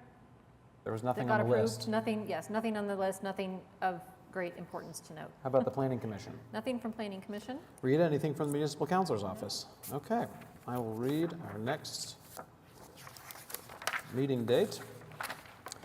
The next regularly scheduled meeting for the Historic Preservation Commission is Wednesday, September 7th at 2 p.m. in Municipal Building, City Council Chambers. New applications for this meeting were received August 2nd. New information on projects continued from today's meeting to the upcoming meetings must be submitted to staff by 4 p.m. Tuesday, August 9th. The next workshop for the Historic Preservation Commission is Wednesday, September 14th at 11:30 to 1:30 at 420 West Main Street, Suite 900. Any items from commissioners that we want to discuss today? Yes, well, just a short question. So this workshop that we have scheduled, is the topic solar panels, or do we have? So we don't have a topic We don't have a scheduled topic, at this point, so we can certainly talk about solar. We had intended at our most recent workshop that we ended up canceling because we were, I think, only going to have 2 of you there. So we just canceled. We wanted to talk to the commission specifically about the code update, zoning changes for the urban core, urban medium neighborhoods in and around the urban core. Marilyn Lamensdorf, who the program planner for the code update, had put together a little presentation to kind of get some feedback from you all on things that we're working on. But I think that we could handle that and a discussion about solar in one. Well, I was going to say, that sounds important, and maybe they're kind of interrelated, but It's very timely right now You know, for I don't what want to we're cut that doing. part short, but yeah. So can we add, like how did I've actually only been to one of the workshops. I think we've just had one since I've joined the commission. Do we like submit topics? Like, is this where we could actually do changes to the guidelines, go before city council? We could start the process. Okay. It's a very long process. Do we just do one topic per? We can have as many as we think we can get through. So we've had workshops where we only had kind of brief items that we needed to report out on or to get some feedback from the commission on. And we've had a long list for an agenda. We've had workshops where we spent the whole thing on one subject. We've had entire workshops about projects. It sounds like that maybe y'all want to have a committee to, start talking about it, and then whoever wants to be on the committee, get on the committee, then we'll have another workshop and bring back the idea for the changed guideline. Oh, there'll be a subcommittee or something? A subcommittee, right. Okay. And we have workshops that so annually we post our meeting schedule and our workshop schedule with the city clerk's office. So those are like already calendared. But the commission can have a special meeting anytime as long as we post the agenda according to the requirements for how far in advance it has to be posted. You all can have a special meeting anytime about something you want to discuss, and the commission can also establish an ad hoc committee to meet on specific topics. And we've done that in the past when we were looking at getting individual landmarks designated. We could certainly do that for a guideline revision effort. It sounds like that, if you had the committee, then the next step then would be to have a public meeting, and then have everybody come, and then have those people get on your committee, and then you all come up with guidelines and work with staff, and then, so I mean, it's like a year process to get the guideline changed. I think at the workshop, it would be important to strategize that process so that we can kind of start laying that out. That's how we did it before. That's how we've done it. Agreed, because I was going to say, this sounds like more than, I think we do need to have that discussion, code update, and have that, make sure we have enough time for that. But maybe we can introduce this at the committee, and maybe form those first steps for a subcommittee. And Can I throw in one other thing that I think really needs to be addressed in the guidelines that might be worth talking about here? Is some like common sense regulations on like astroturf, like fake turf, whatever people want to call it. We're just seeing it more and more, and like while you may say like nobody's ever going to put that in their front yard, I guarantee you somebody's about to lay that in their front yard. There's already there's a house in Crown Heights that has it. Okay, so there you go. Really? I just think like It looks great. something that feels concerning in I all don't of live there these. anymore. I don't live there anymore. So it's not my. But like all of these proposals that we've, like I would say 80% of the proposals we've seen lately have something in common, and that it's they're ripping out a lot of living material and replacing it with a lot of fake material. And if we're discussing like the garages being built right up next to each other impact things, like certainly ripping out every living thing from a yard and replacing it with turf and pools, like that, the buildup of that effect is real. Maybe the coverage percentage needs to be addressed, since we But don't we have don't that. actually consider that. That's technically, I think that's Right, a but it kind of permeable- fits into what you're saying, is we're letting people do more concrete, bigger garages, so we're And like seeing tearing out less. giant trees, which were planted, like they're historically relevant, just like any material on these houses, because they're not naturally occurring. They were planted intentionally with the construction of these homes, and we're losing them with every pool and every piece of turf. I think the lot coverage question might be, in speaking with staff, I think that's something that might be kind of resolved in the future with some updates. I wonder, because there are a few things, now that you mention it, that I'm like, this could be good to look at as well. Maybe if we all bring a couple items or something that we feel like we need to address, and then we can... Some overlap. Yeah, we can kind of figure out maybe some target topics, and then we can move towards, so that maybe if we do look at updating guidelines for, say, solar panels or astroturf or whatever it is, material lot coverage, we could maybe do that in one, fell swoop. I personally, I think the biggest issue that we have is the lack of attendance, and I know that I'm one of the biggest. I know, I biggest signed up for them, and problems then with- nobody would come. Yeah. Is Vahid off So the we commission? need to commit to it. If we're going Is to do it it, not we a need to good commit to it and do time? His nameplate's gone. It's not. And they I did mean, roll calling. Is it the time, or is it just a, it's just a schedule? Scheduling conflicts. Is I he can be there. removed? I will be there if we don't Vahid commit to being there. did just resign. I can't. Resigned. He So resigned how do prior we to go? Vahid resigned. So how do we go about replacing, is that? That's an appointment from the mayor. I can, Okay. or Katie or Rita, anybody Katie can reach out probably to him, has see if we the- can fill a spot. The As a mayor's office is aware of the vacancy, but certainly if any of you The spot has to be have filled by anyone to certain- suggest or to encourage to apply, pass that Katie, along. could you, It is there a needs to be certain for spot Mesta you're Park, trying right? to fill? So we had, let me think. You will only, Vahid was not one of our professional qualification people. We have 2 architects, we have a realtor, we have an attorney, we have a historian. It's always nice to have more than the minimum. I think I'm full of those things. You got me, don't even live in a historic preservation district. But do we I'm need another unqualified. member from Mesta Park? Katie? We have, yes, I Grandfather. think whoever fills his spot needs to be a resident of a historic district, and we have the maximum that we are allowed to have from Heritage. So it needs to be someone who's from a historic district other than Heritage Hills. Cassie? Hey, neighbor. Yeah, put that on the record. Which one's your bedroom, Cassie? Put that on the record, too. Katie, can it be a non-HP resident that fills, So I think we have, am I it? If it's a we certain can only profession. have 3 non-residents, and we have 3. Oh, we do, we're at that. Okay, But any other item? I'm sorry. Oh, I was just going to say, yes, absolutely gather your thoughts on things that you would like to see addressed in an update to our guidelines and/or captured in the larger code update. I think that'd be a really good combination workshop to talk about the code update and what that looks like and how it would impact historic districts, and then to also talk about specific issues that the commission wants to see addressed. Think about cases that have come before us that you have struggled to find a reason to approve it or struggled to find a reason not to approve it because there wasn't anything to go on in the guidelines. I feel like that happens all the time, and then I can't think of what those things are. But we do keep kind of a running list of things that we come across that are a challenge. But feel free to send those along to me, to send them to Angela, give us a call if you want to talk through any of those. And then our workshops for a long time have been scheduled on the second Wednesday of the month from 11:30 to 1:30. For many years, we provided lunch, and then we had several workshops where there were a lot of no-shows. No offense, anybody, but we said, well, we're not going to buy lunch for 9 commission members, and then only 2 of them show up, and we've spent, a significant portion of the staff's budget for food. But if people feel committed to come, if we get really extra good lunch or something, Can we look at calendars now and just say, okay, this is the one we're going to commit to? Yeah, I mean, it's scheduled for September 14th, so the Wednesday after our next commission meeting.